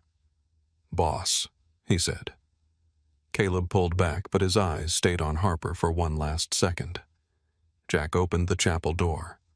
Cold rain rushed in. From the cliff road came the sound of engines. Not one, several. Caleb took Harper's hand. This time she led him. Together they stepped out of the chapel and into the storm. Rain came down hard as Harper and Caleb crossed the chapel yard. The wedding dress clung to her legs. Mud caught at the hem. Her throat still ached with every breath, and the ring on her finger felt colder than the rain running down her hand. Caleb kept his grip firm but not tight. That mattered. She hated that it mattered. Behind them, Maddie hurried through the storm with Jack at her side. Nolan moved ahead, tablet glowing against his chest, his face pale beneath the wash of blue light. 3 vehicles Nolan called over the rain. South Road. No headlights now. Caleb did not slow. How many men? Hard to say. Maybe 12. Maybe more if they came through the trees. Jack looked toward the dark line of woods beyond the chapel. They did. A gunshot cracked somewhere near the gate. Harper stopped. Her body knew the sound before her mind could name it. The same cold shock that had hit her on the dock came back through her bones. Her hand went to her throat. Caleb turned at once. "Look at me. I am looking. No, you are remembering." His voice cut clean through the rain. She forced her eyes up.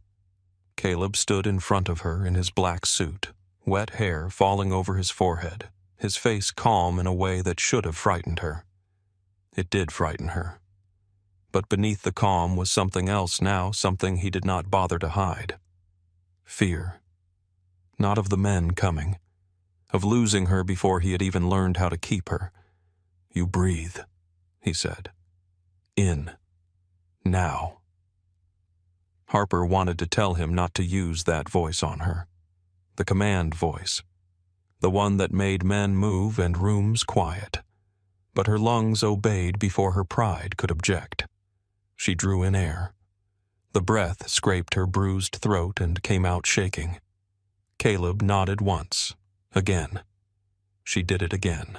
Then she pulled her hand from his. "I am not going underground like luggage." His eyes sharpened. "Harper. No. We do not have time for this. You had time to marry me. That was to keep you alive. And now you want to lock me away to finish the job." Another shot rang out. Closer this time. Maddie flinched behind them. Jack raised his weapon toward the trees. Caleb stepped closer to Harper, lowering his voice so only she could hear. "This is not about pride.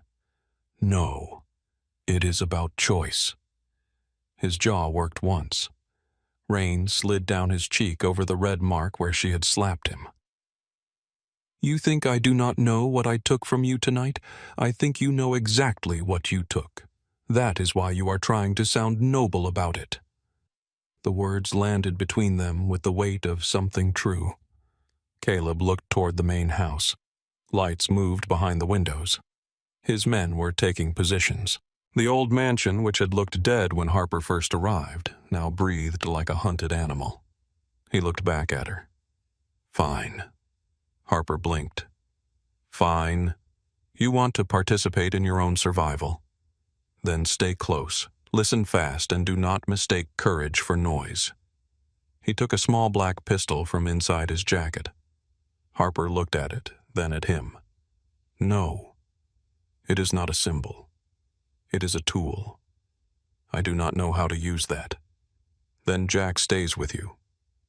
I do not want a gun." Caleb's voice hardened. Neither did the man who put his hand around your throat. Harper recoiled. For 1 second, regret passed through Caleb's eyes, but he did not take the words back. Jack stepped forward and offered her a smaller weapon. The grip turned toward her. "Safety is here," he said, voice low and steady. "Finger off the trigger, unless you mean it. Point it at the ground until you do not." Harper stared at the weapon. Her mother's dress stuck cold to her skin. Her wedding ring burned like ice. In the distance, men were coming through the dark to take her because of a name she had learned only days ago. She took the gun. It felt heavier than it looked. Caleb watched her hand close around it. Something in his face shifted. Pain, pride, and fear all folded into one look. Then Nolan shouted from the path. "Gate feed is gone." Caleb turned. "House. Now." They ran. The main doors slammed behind them and the sound rolled through the entry hall like thunder. Men moved across the marble floor with rifles and radios. The chandelier above them trembled with each boom of thunder outside. Candles burned in sconces because the power had started to flicker. Harper stood in the center of it all, soaked in her mother's wedding dress, holding a gun she did not want married to a man she did not trust enough and wanted far too much. Maddie caught her arm. "You okay?" Harper laughed once. It sounded almost wild. "No." Maddie nodded.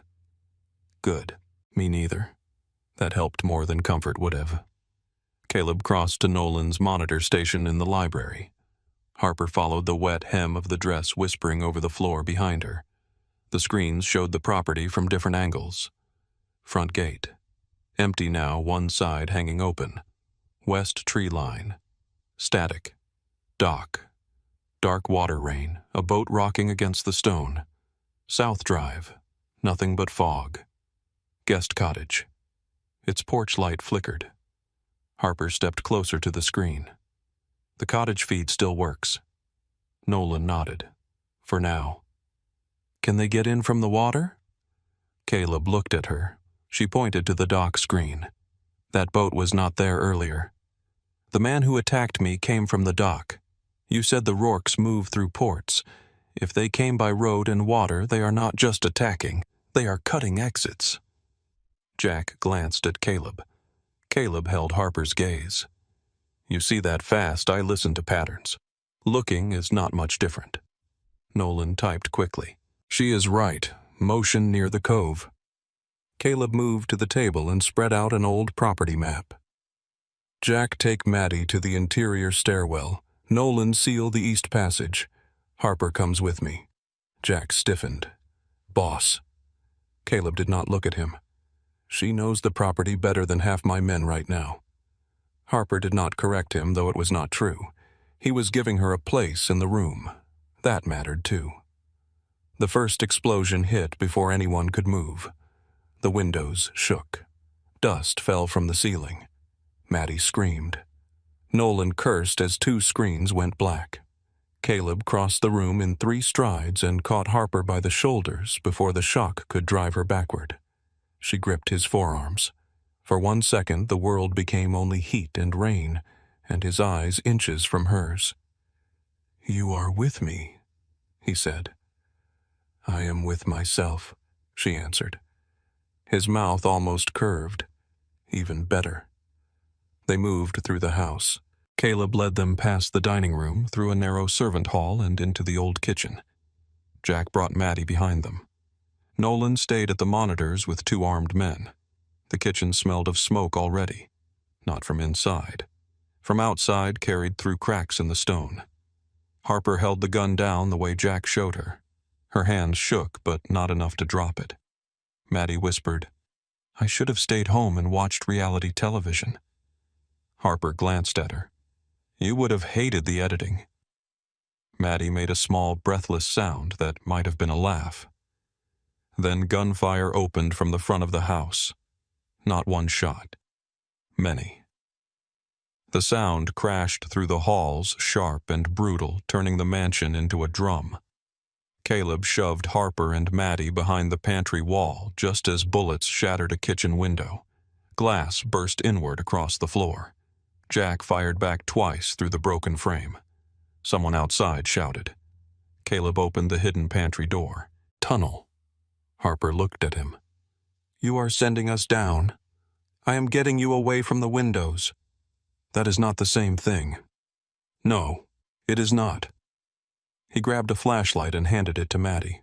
Jack goes with you to the first junction. Harper looked into the dark stairwell.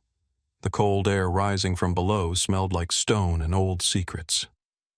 She remembered the Waverly room, the family tree. Her mother's face in the photograph with a cigarette and eyes like locked doors. The house was not just shelter. It was a maze built by people who expected betrayal. Caleb touched Harper's wrist, not pulling, just grounding. Go. She looked at his hand, then at his face. You said you would not make choices for me again. The gunfire outside grew louder. I am asking, he said. That stopped her. Not because she wanted to obey him, because he had finally changed the word. Maddie was already descending with Jack. Harper followed, but turned at the top of the stairs. Caleb stood in the kitchen behind her, dark against broken glass and storm light. "Do not die," she said. His eyes softened in the middle of the chaos. "I will do my best to remain inconvenient." She went down before that almost smile could break something open inside her. The tunnel swallowed sound differently. Gunfire became thunder through stone. The air was wet and narrow. Maddie moved ahead with the flashlight, her breathing fast. Jack kept one hand near her back, guiding without touching unless she stumbled. Harper's dress dragged over the steps. Ivory satin mud rain blood at the sleeve where her split lip had stained it when she wiped her mouth. The absurdity of it hit her hard. She had been married less than an hour. She was carrying a gun through a secret tunnel under her dead mother's crime house while a Boston Mafia war broke open above her head. Somewhere deep inside, a laugh wanted to become a sob. She swallowed it. Pain answered. At the first junction, Jack stopped. One passage sloped toward the cove. Another ran beneath the west lawn. A third continued deeper into the foundation. Jack pointed to the left. Cove exit. Harper frowned. "No, that is where they expect us." Maddie turned. "How do you know?" "The attack on my cottage came from the water. They know about the dock. Maybe not the tunnels, but they know the cove matters." Jack studied her. "She is right," he said after a moment. He touched his radio. "Boss Cove may be compromised." Static hissed. Then Caleb's voice broke through. "Copy. Take interior route to the Waverly Room. Hold there." Jack's face tightened. Harper caught it. "What? Nothing. Do not start lying now. I am very tired." Jack looked down the center passage. "The Waverly Room has only 2 exits. That is bad. It is defensible. That is not an answer either." A shout echoed from behind them. Jack turned, weapon raised. A man stepped out of the dark at the far end of the tunnel. Dean Graves. His hands were bound in front of him, but the rope hung loose now. Blood marked his mouth where Caleb had hit him. He smiled when he saw Harper. "Well," Dean said. "There she is. The bride." Jack pushed Maddie behind him. "Do not move." Dean lifted his hand slightly. "Relax. If I wanted you dead, Jack, you would not have heard me coming." Harper raised the pistol.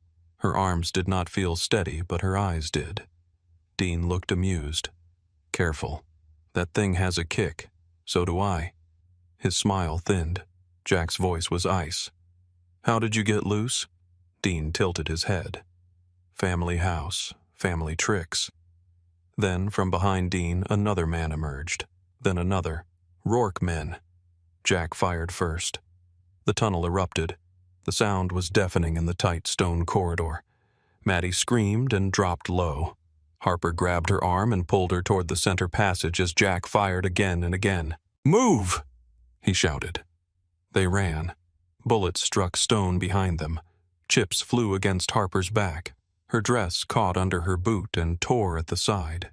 She nearly fell, but Maddie dragged her forward with surprising strength. The tunnel opened into the Waverly Room. Harper slammed the hidden door control just as Jack came through after them. The stone door shut between them and the gunfire. Jack was breathing hard. Blood ran down the side of his arm. Maddie saw it. "You are hit. Scratched. That is a bullet scratch, you emotionally constipated refrigerator." Jack gave her a look. "Stay behind the table." "Fine. Bleed with attitude." Harper moved to the map wall. Her mind raced. The Waverly Room. 2 exits. One back through the tunnel, now blocked by Dean and Rourke men. One through the pantry stair back to the kitchen, which was under attack. No clean route. She looked at the maps. Shipping routes, old smuggling paths, tide notations, symbols marked in faded red ink. A memory surfaced. Not hers. Maddie's voice in the kitchen days ago. Nobody builds a house with tunnels unless they plan to move things no one's supposed to see. Harper scanned the floor, then the walls. There is another exit. Jack shook his head. Not on the current plans. Current plans are for people the Waverleys wanted to impress. She moved to the portrait of Arthur Waverley. The painted man stared down at her, cold and severe. Harper hated him immediately. She hated his eyes, his suit, his posture, the way his shadow still bent lives decades after death. She looked at the frame. Dust had collected on the top edge, but not on the left side. Her pulse quickened. "Help me move this." Jack came over, still holding his weapon in one hand. Together they lifted the portrait from the wall. Behind it was stone. For one terrible second, Harper thought she was wrong.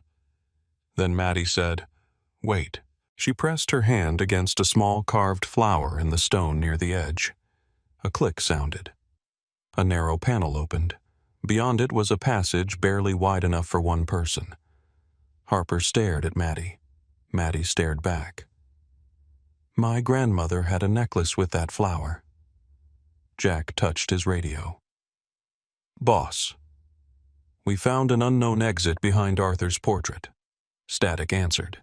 Then Caleb's voice broken by interference. "Where does it lead?"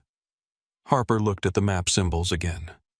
"Cliff path," she said. "Above the cove." Caleb was silent for half a second. "Do not use it yet." The interference snapped and hissed. Then Dean's voice came through another speaker in the room, old and hidden in the wall.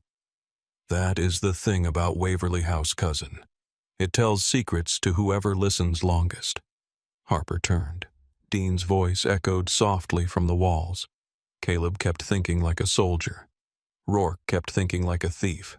But the Waverleys thought like kings. Jack aimed toward the sealed tunnel door. Dean laughed through the speaker. "I do not need that door. I only need her." Maddie whispered. "How is he doing that?" Nolan's voice burst over Jack's radio. "Dean is in the old communication line." He tapped the house system. A boom shook the room. Dust rained down. Nolan shouted, "Fire in the East Wing." "Repeat fire in the East Wing." Harper looked at Jack, then at the hidden passage, then at her wedding ring. She had the sudden, terrible feeling that the house was choosing for them. Caleb reached them through the pantry stair 6 minutes later. His shirt was torn at the shoulder. Blood ran along his jaw from a shallow cut near his temple. Smoke followed him into the Waverly room. The moment he saw Harper, his eyes moved over her quickly. Face, throat, hands, dress, gun. "You are hurt, no. Do not lie. Not enough to matter." His mouth tightened, but he accepted it. Jack gave him a brief report. Dean loose. Rourke men in the tunnels. Fire spreading. Cove exit compromised. Unknown cliff passage found. Caleb listened without interrupting. Then he looked at the family maps. Harper could see him building and discarding plans in silence. "What are you not saying?" she asked. His gaze cut to her. "Not now." "Yes, now." Another blast shook the ceiling. Somewhere above, wood cracked and groaned. Maddie covered her mouth. Smoke started to slip under the door. Caleb looked at Jack. "Get Maddie through the portrait passage. Take her to the North Rocks. Nolan will meet you." Maddie grabbed Harper's hand. "I am not leaving you." Harper squeezed back. "Yes, you are." "No." "Yes. Because I need to know someone gets out." Maddie's eyes filled, but she nodded once. Jack pulled open the narrow passage. Maddie looked back at Harper. "You are coming." Harper could not answer. Jack led her into the dark. The panel shut. Now only Harper and Caleb remained in the Waverly room, with smoke pressing closer and gunfire somewhere beneath their feet. Caleb took Harper's face in his hands. The gesture was sudden, careful, almost desperate. "Listen to me." Her heart dropped. "No, you do not know what I am going to say. I know that voice. Harper. No." That is the voice men use when they have already made a decision and want a woman to call it sacrifice. He closed his eyes for half a second. When he opened them, the storm inside him was visible. There is no clean way out. There is always a way. Yes, but not for both of us, if they keep believing you are alive. The words moved through her slowly. Then all at once, she stepped back. What did you do? Caleb did not answer. What did you do, Caleb? His silence was the answer. Harper's voice dropped. You planned this. I planned for every outcome. You planned my death. I planned your survival. The room seemed to tilt. Smoke scratched Harper's throat. Her eyes burned, but the tears were not from the smoke. You said no more choices for me. I know. You said it in the chapel. You stood in front of God and my cousin and men with guns and said you knew. I know. And you are doing it again. Caleb's face twisted, but he did not look away. If they think you are alive, they chase you forever. If they think you are dead, I can end this. You do not get to kill me to save me. I am not killing you. You are erasing me. His voice broke on the edge of control. I am keeping your heart beating. Harper shook her head. That is not the same as keeping me alive. A crash sounded above them. The ceiling trembled. Caleb grabbed her hand and pulled her toward the portrait passage. She tried to resist, but the smoke was thick now. Her lungs burned. He opened the hidden panel and pushed her inside ahead of him. The passage was narrow, rough stone, tearing at the lace sleeves of her dress. They moved fast, bent low, Caleb close behind her. Heat pressed from the walls. The house groaned around them like a dying ship. At the end, the passage opened onto a cliff path hidden behind thorn bushes and wet rock. The night hit Harper hard. Cold rain, smoke, salt air, firelight. Waverly House burned behind them. Flames climbed the east wing bright orange against the storm. Men shouted near the drive. Gunfire flashed in the fog. Below the Atlantic crashed black and wild against the rocks. Jack and Maddie were nowhere in sight. Where are they? Harper asked. North Rocks. Moving, a voice called from the darkness. Caleb Graves. Both of them turned. A man stepped out near the cliff path with 3 armed men behind him. Older, broad, silver hair slicked back from his face. His suit was dark beneath a raincoat. He looked at the burning house with satisfaction, then at Harper in the ruined wedding dress. Beautiful bride, he said. Arthur Waverly would have appreciated the theater. Caleb moved in front of Harper. Patrick Rourke. So this was the man behind the night. Patrick smiled. You made a mistake marrying her. Caleb's voice was calm. You made a mistake coming for her. Patrick laughed softly. Still pretending this is love. She is a deed with a pulse, a key in satin. Harper stepped out from behind Caleb. Caleb went still. Patrick's eyes sharpened with interest. Harper's voice hurt, but it carried. You are all so boring. Patrick blinked. Caleb turned his head slightly. Harper looked at Rourke, then at the burning house, then at the men with guns. Every man in this family history says the same thing with a different accent. Property, power, blood, keys, claims. You dress greed up like legacy and expect women to tremble because you learned how to hold a gun. Patrick's smile faded. Careful, girl. No. I am done being careful for men who mistake fear for respect. Patrick lifted his gun. Caleb moved. Everything happened at once. A shot rang out from the rocks. One of Rourke's men fell. Jack. Another shot followed. Nolan from somewhere above the path. Caleb shoved Harper toward the cliff wall and fired twice. Patrick stumbled back, hit in the shoulder but not down. Dean appeared behind him, soaked and wild-eyed, gun raised. He aimed at Caleb. Harper saw it before Caleb did. She lifted her own gun. Her finger found the trigger. Time slowed into pieces. Dean's face. Caleb turning. Rain on her eyelashes. Her mother's dress heavy around her legs. Jack's voice shouting. Harper fired. The gun kicked hard. Pain shot through her wrist. Dean jerked backward, his shot going wide into the trees. He stared at Harper in disbelief, one hand pressed to his side. "You," he whispered. Harper's hand shook. Caleb looked at her stunned. Then Patrick Rourke lunged. Caleb turned back, too late. A gunshot cracked from the cliff path. Harper felt the impact before she understood it. Heat bloomed across her side. She gasped. Caleb's face changed into something she would never forget. No. He caught her as her knees gave out. For one strange second, Harper felt relief. Not because she was dying, because the choice had been taken from Caleb's hands and made real by someone else. Then she felt something wet beneath the dress. Not blood. Too much of it. A packet, hidden beneath the inner seam. Her mind struggled to understand. Caleb's eyes held hers. There was agony in them, and apology. "No," she whispered. His mouth moved near her ear. "Trust me one more time."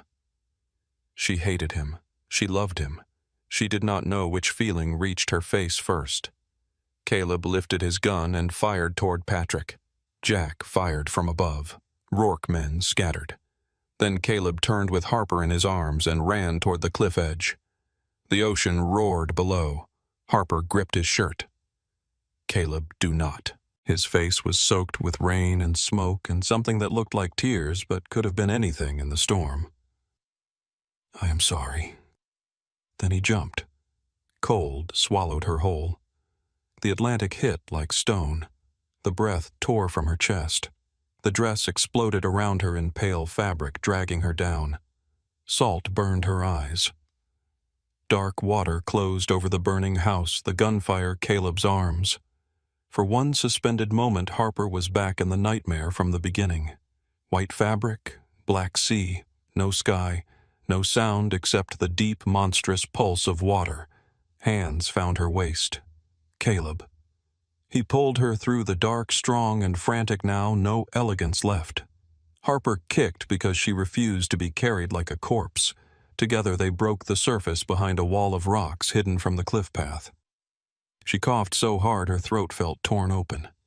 A small black boat waited in the cove shadow. Nolan leaned over the side and grabbed her arm. Jack was already aboard with Maddie, whose face was streaked with rain and tears. "Harper." Maddie sobbed. Harper collapsed onto the floor of the boat, shaking violently. Caleb climbed in after her. He pulled her against him, one hand pressing the fake blood pack beneath her dress where the bullet had struck. It had burst exactly as planned.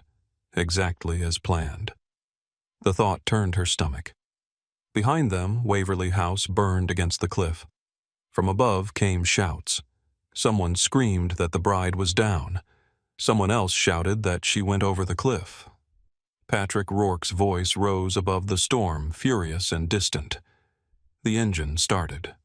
The boat slipped away through black water. Harper pushed Caleb's hand off her. He let go at once. That hurt worse. She sat up coughing, trembling, the ruined dress wrapped around her legs like seaweed. "You made them think I am dead." Caleb's face was pale beneath the blood and rain. "Yes. You made me think I was shot." His silence was unbearable. Harper's laugh came out broken.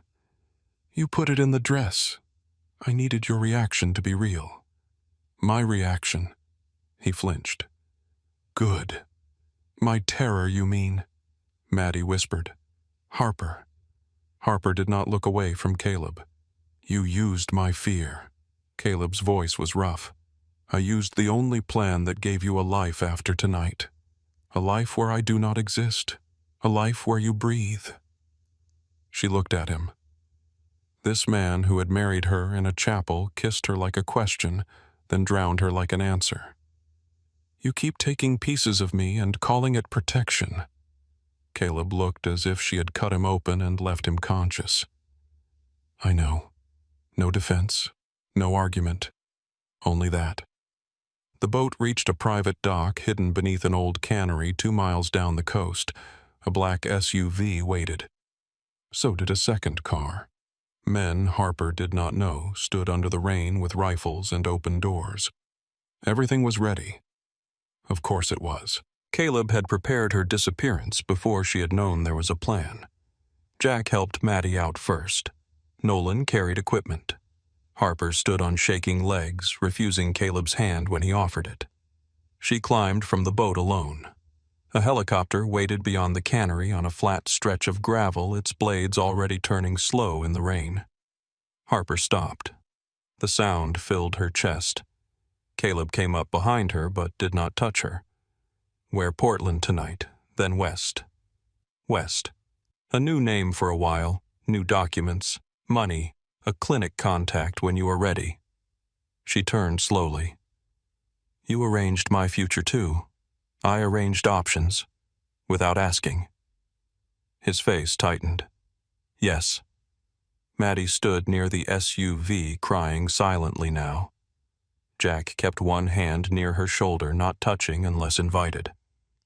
Harper looked at Caleb's men, the helicopter, the burning glow still faint beyond the tree line where Waverly House had been. Then she looked at her husband. The word struck strangely. Husband. A man who had saved her life. A man who had lied to do it. "Are you coming?" she asked. Something in Caleb's face broke. Not visibly to anyone else, maybe. But Harper saw it. No. The rain seemed to stop making sound. She stared at him. "No, if I go with you, they follow. Rourke is wounded, not finished. Dean may still be alive. The men behind them will want proof. I have to stay dead to you in public, and you have to stay dead to them. You mean you have to stay and finish your war?" "Yes. And I go vanish like a file you moved into storage." He took the hit without blinking. "You go live." Her voice dropped. "Do not make that sound beautiful." His throat moved. "I do not know how to make it anything else." For a moment neither of them spoke. The helicopter blades turned faster. Wind tore at the ruined wedding dress. The lace at her wrist had ripped. One sleeve hung loose. Her hair was wet and tangled down her back. Her lip had opened again and she tasted blood. Caleb looked at her like he was trying to memorize the damage he had caused so he would never forgive himself by accident. Harper stepped closer. He did not move. She removed the ring from her finger. His eyes fell to it. The first real fear she had ever seen in Caleb Graves came back quiet and devastating. Harper took his hand and pressed the ring into his palm. His fingers closed around it slowly. "I did not choose the marriage," she said. His voice was almost gone. "I know. I did not choose the plan. I know. I did not choose to leave. I know." She looked up at him through the rain. "If you ever come for me again, Caleb Graves, you come with the truth first. Not a dress, not a gun, not a plan. The truth." He nodded once. A movement so small it looked painful. "I swear it." Harper almost laughed. What is a vow worth from a man who lies for love? His eyes shone in the storm. "Nothing," he said, "unless I spend the rest of my life paying for it." That nearly broke her. She turned before it could. Maddie hugged her hard near the helicopter. "I am coming with you," Maddie said. Harper shook her head. "No. Gray Harbor is your home. So was that house." Harper looked toward the red glow beyond the trees. "No," she said softly. "That house was a wound." Maddie cried harder. Jack guided her back gently. Harper climbed into the helicopter. Nolan handed her a blanket. She took it without seeing him. Through the rain-streaked window, she saw Caleb standing on the gravel, one fist closed around her ring. He did not wave. She did not either. The helicopter lifted. Gray Harbor fell away beneath her in pieces. The cannery roof, the black water, the burning cliff, the man in the rain. Harper pressed her palm flat against the window until the cold numbed her skin. Below, Caleb became smaller and smaller. Then fog swallowed him. For the first time since arriving in Maine, Harper Blake had no house, no name that felt safe, no mother's story to chase, and no man beside her making decisions in the dark. Only her pulse, her breath, her grief, and the terrible, fragile fact that she was still alive. 1 year later. Portland, Oregon knew how to rain without drama. It did not come down like the storm in Gray Harbor. It did not slash windows or shake old houses or turn wedding dresses into funeral cloth. It arrived softly, steadily blurring streetlights into gold halos and making the pavement shine beneath passing cars. Harper Blake stood under the awning of her clinic and watched the rain fall. Her name was on the glass door behind her. Harper Blake Trauma Therapy and Recovery. Not Harper Graves. Not Mrs. Graves. Not the dead Waverly bride who had vanished into the Atlantic beneath a burning house. Just Harper Blake. Alive. Most days that was enough. Tonight it did not feel like enough at all. She locked the clinic door, then rested her palm against the cool glass for a second longer than necessary. Inside the waiting room was dim. 2 armchairs faced each other near a low table. A blue ceramic mug sat in the sink in the break room.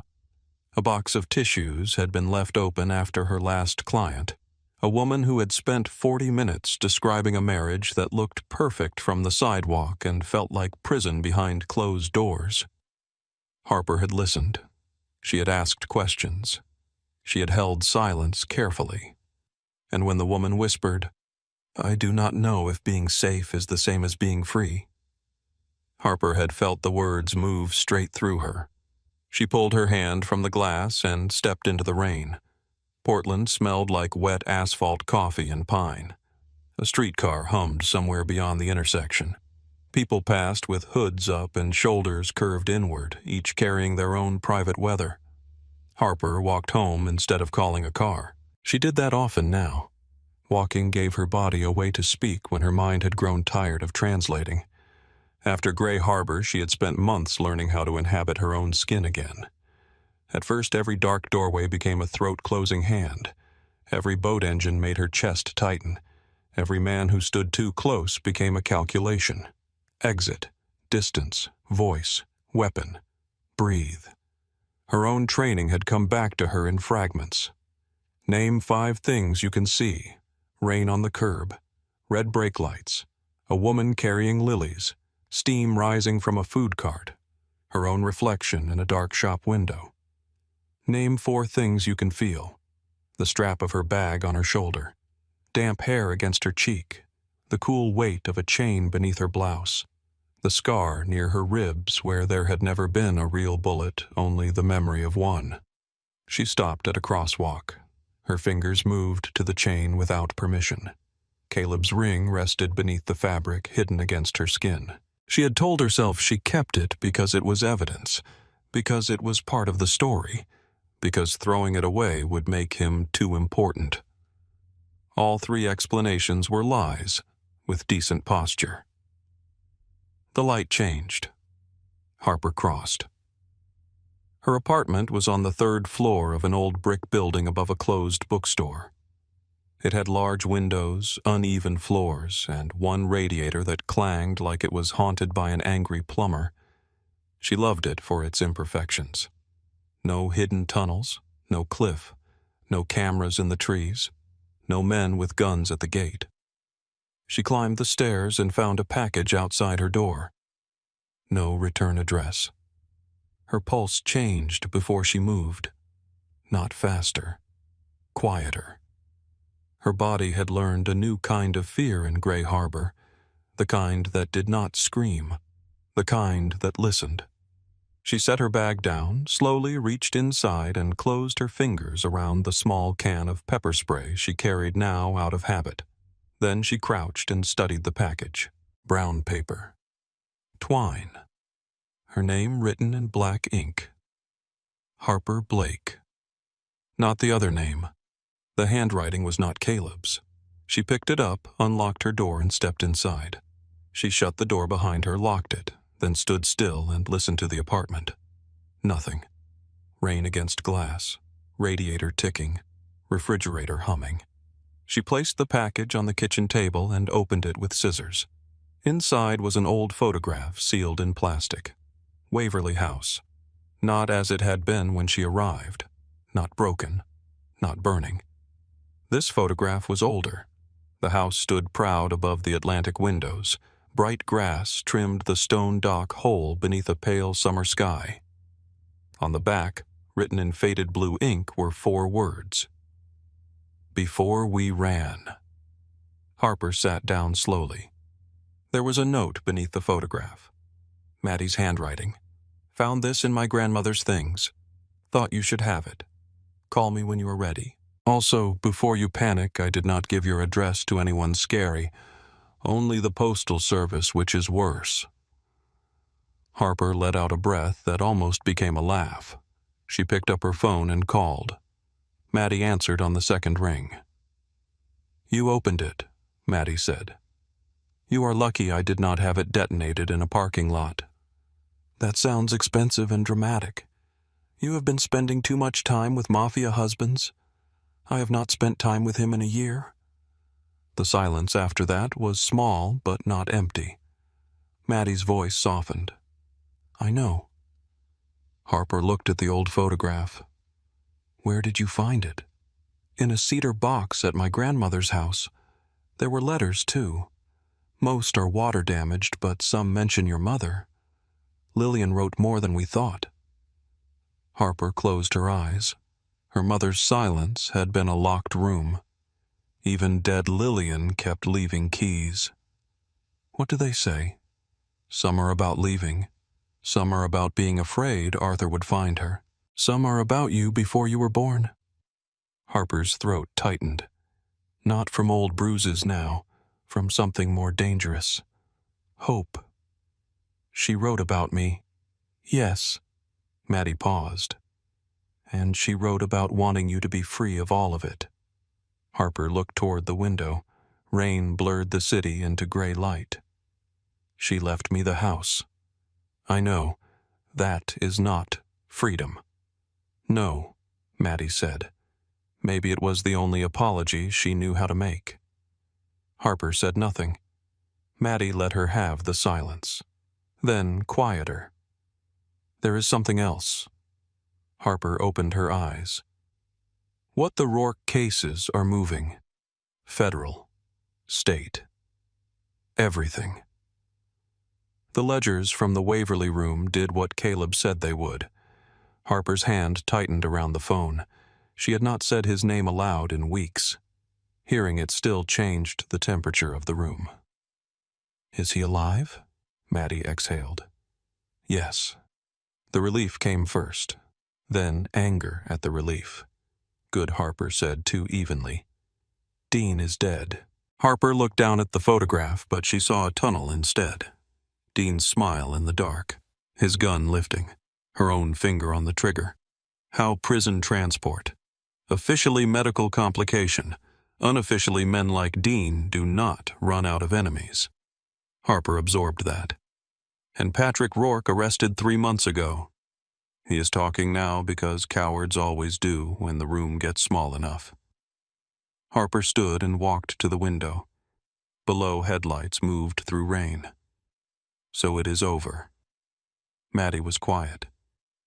No, but it is finished enough. Finished enough. That sounded like something Caleb would say.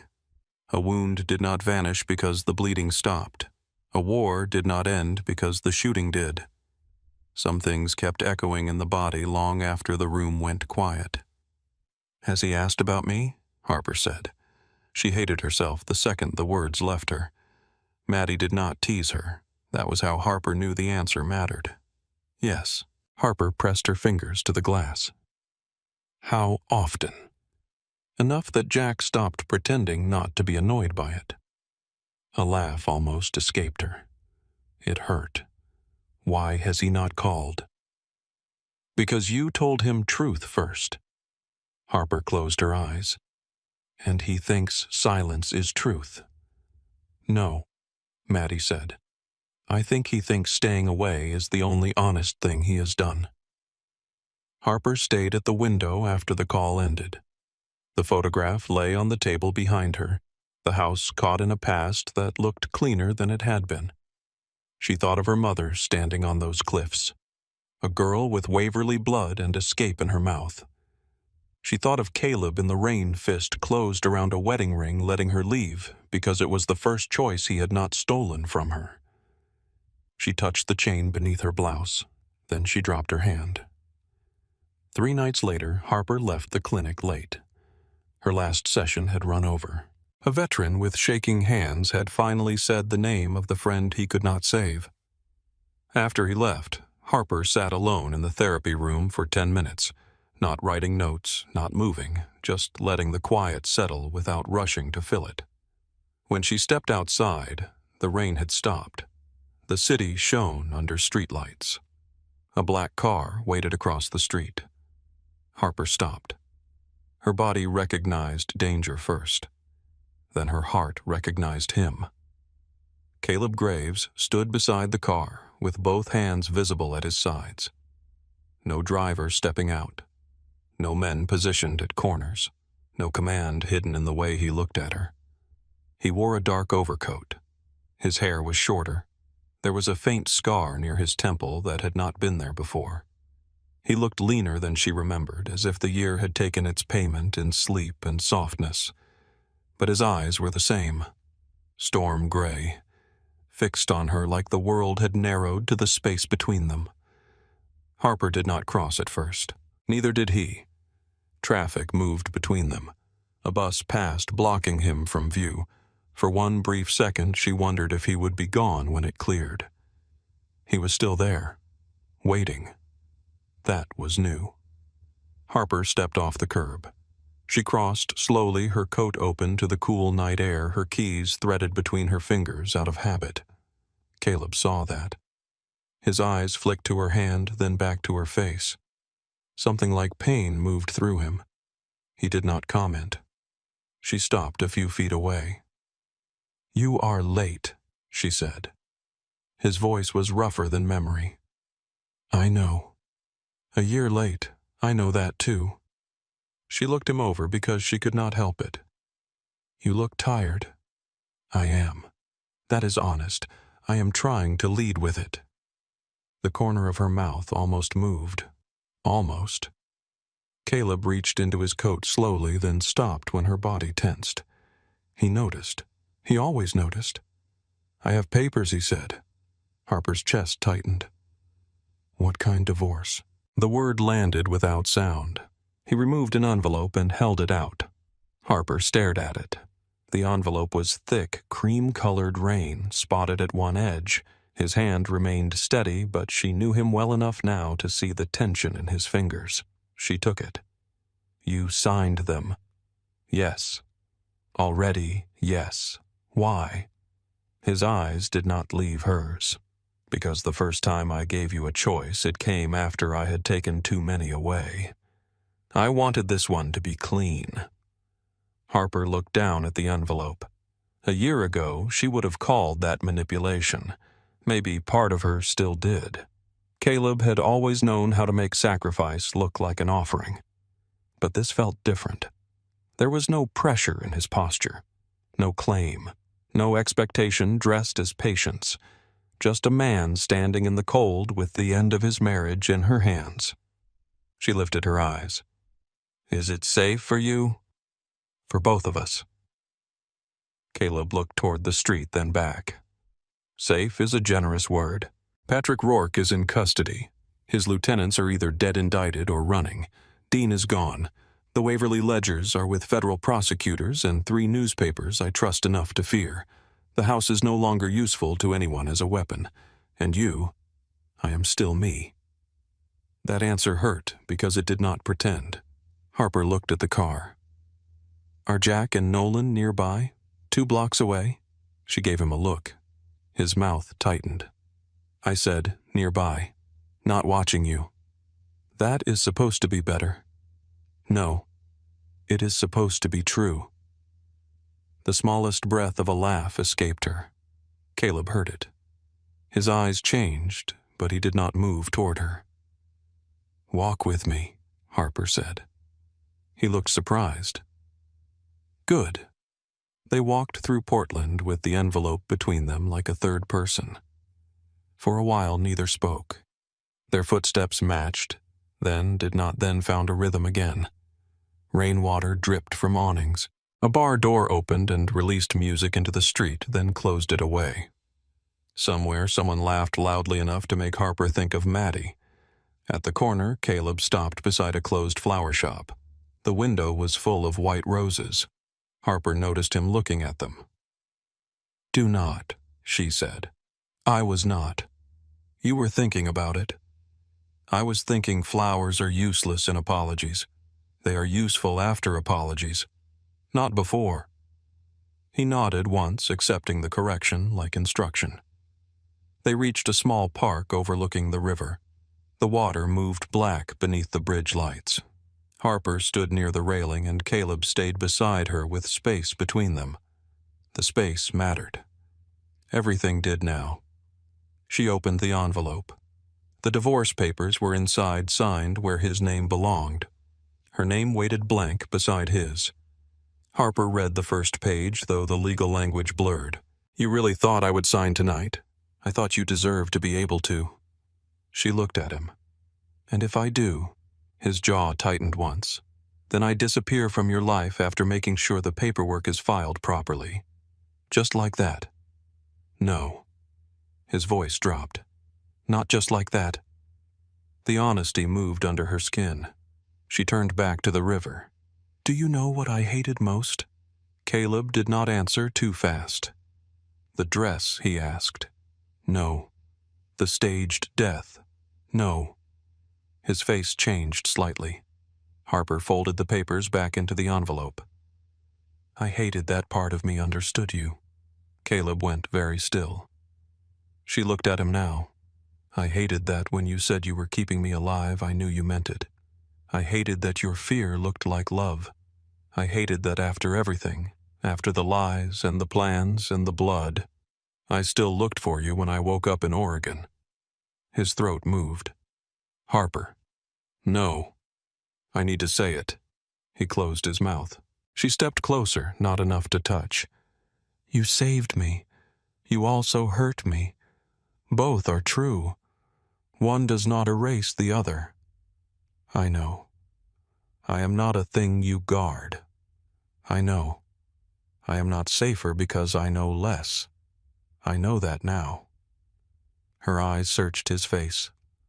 If danger comes again, and it will because men like you do not retire into gardening and emotional health. What happens? A faint shadow of humor touched his face and vanished. I tell you, before the plan. Yes. Before the gunfire. Yes. Before you decide what I can survive. He held her gaze. Yes. She wanted to believe him. That was not the same as believing him. Caleb reached into his pocket again, slower this time. Harper did not tense. He opened his palm. Her wedding ring lay there. Not polished, not presented like a proposal. Just held in his scarred hand the same hand she had pressed it into in the rain 1 year ago. I carried it, he said. Her chest hurt. That sounds uncomfortable. It was. Good. A small, broken smile touched his mouth. Fair. He did not offer it to her. He only held it where she could see. You told me if I ever came for you again, I had to come with the truth first. So here it is. The city moved around them, but the park felt suddenly quiet. Caleb's voice was low. I love you. I loved you when I lied, which does not excuse the lie. I loved you when I let you get on that helicopter, which was the first time loving you did not feel like possession.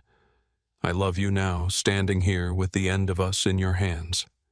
If you sign those papers, I will not fight you. If you ask me to leave, I will. If you ask me to stay, I will spend the rest of my life learning how to stand beside you without building walls around you and calling them safety. Harper looked at him for a long time. The words did not fix the past. They did not rebuild Waverly House. They did not erase cold water or smoke or her own scream trapped beneath a bruised throat. But they did something quieter. They told the truth without asking to be rewarded. Harper took the ring from his palm. Caleb's fingers remained open after she lifted it as if he did not trust himself to close around anything she chose to take. She looked at the ring in her hand. Then she looked at the envelope. Her signature waited. Her future waited. For once, no one was dragging her toward either. She folded the divorce papers once. Caleb's face did not change, but his breathing did. Harper folded them again. Then she tore them down the middle. The sound was small. Caleb closed his eyes. When he opened them, there was no triumph in his face, only disbelief and something far more fragile. Harper held up one torn half. This is not forgiveness. I know. This is not permission to become unbearable again. I know. This is not me forgetting. I would never ask you to. She slipped the ring onto the chain around her neck beside the place it had rested for months. Not on her finger, Caleb noticed. Not yet, he asked. Not yet, he nodded. Can I earn? Yet? Harper looked at the river, then back at him. You can start by walking me home and not trying to come upstairs unless I ask. His mouth curved very slightly. I can do that. And tomorrow you can come to my clinic at 6. His brows drew together. Why? Because we are going to talk in a room with chairs, boundaries, and no weapons. I do not need therapy. Harper gave him a look. Caleb sighed. 6-6.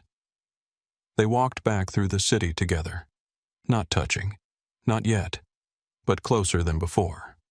When they reached her building, Harper turned on the step. Caleb stopped below her, giving her the height, the door, the choice. It was such a small thing. It nearly undid her. Good night, Caleb. His eyes moved over her face like he wanted to memorize her again, but this time he did not look desperate. He looked present. Good night, Harper.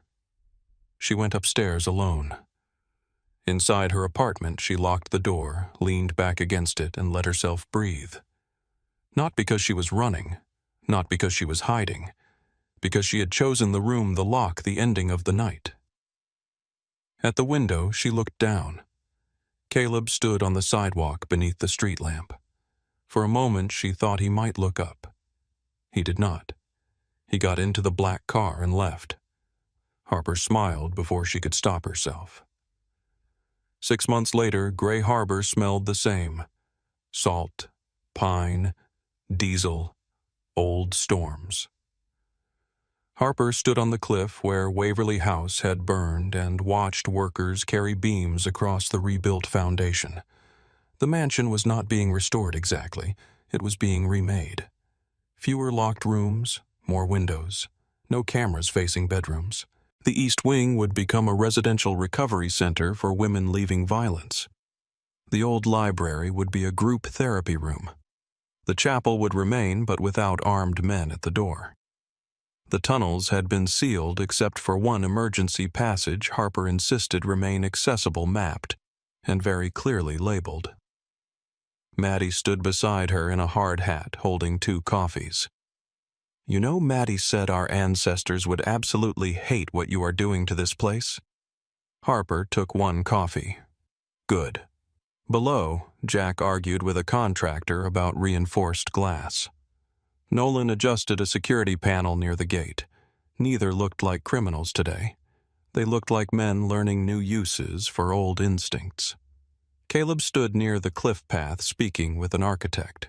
He wore jeans boots and a dark sweater, no suit, no visible weapon.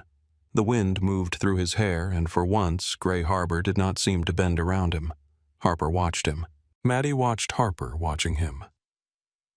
"Still not on your finger?" Maddie asked. Harper touched the chain beneath her coat. "Not yet." Maddie smiled. "Poor man is going to develop patience." "Tragic." Harper laughed. Caleb looked over at the sound. Their eyes met across the construction noise, the wind, the unfinished house. He excused himself from the architect and walked toward her. Maddie lifted both coffees and backed away. "I suddenly have anything else to do?" Harper shook her head. Caleb stopped beside her, looking out at the ocean first, then at the house. "It is going to be beautiful," he said. "It is going to be useful. That too." They stood in silence for a while. The sea moved below them bright under a cold blue sky. Not black now, not swallowing, just endless. Caleb looked at her necklace. Still not yet. Harper turned to him. "Ask properly someday. With flowers after the apology, with honesty before everything." His smile came slowly. "I can do that. I know," she said. And for the first time she meant it. Caleb held out his hand. Not demanding, not taking, just offering. Harper looked at it. The same hand that had held a gun. The same hand that had carried her from the sea. The same hand that had opened and let her take the ring without closing around her. She placed her hand in his. Together they walked toward the unfinished house. Behind them, the Atlantic struck the rocks and pulled back again, carrying old ghosts out with the tide.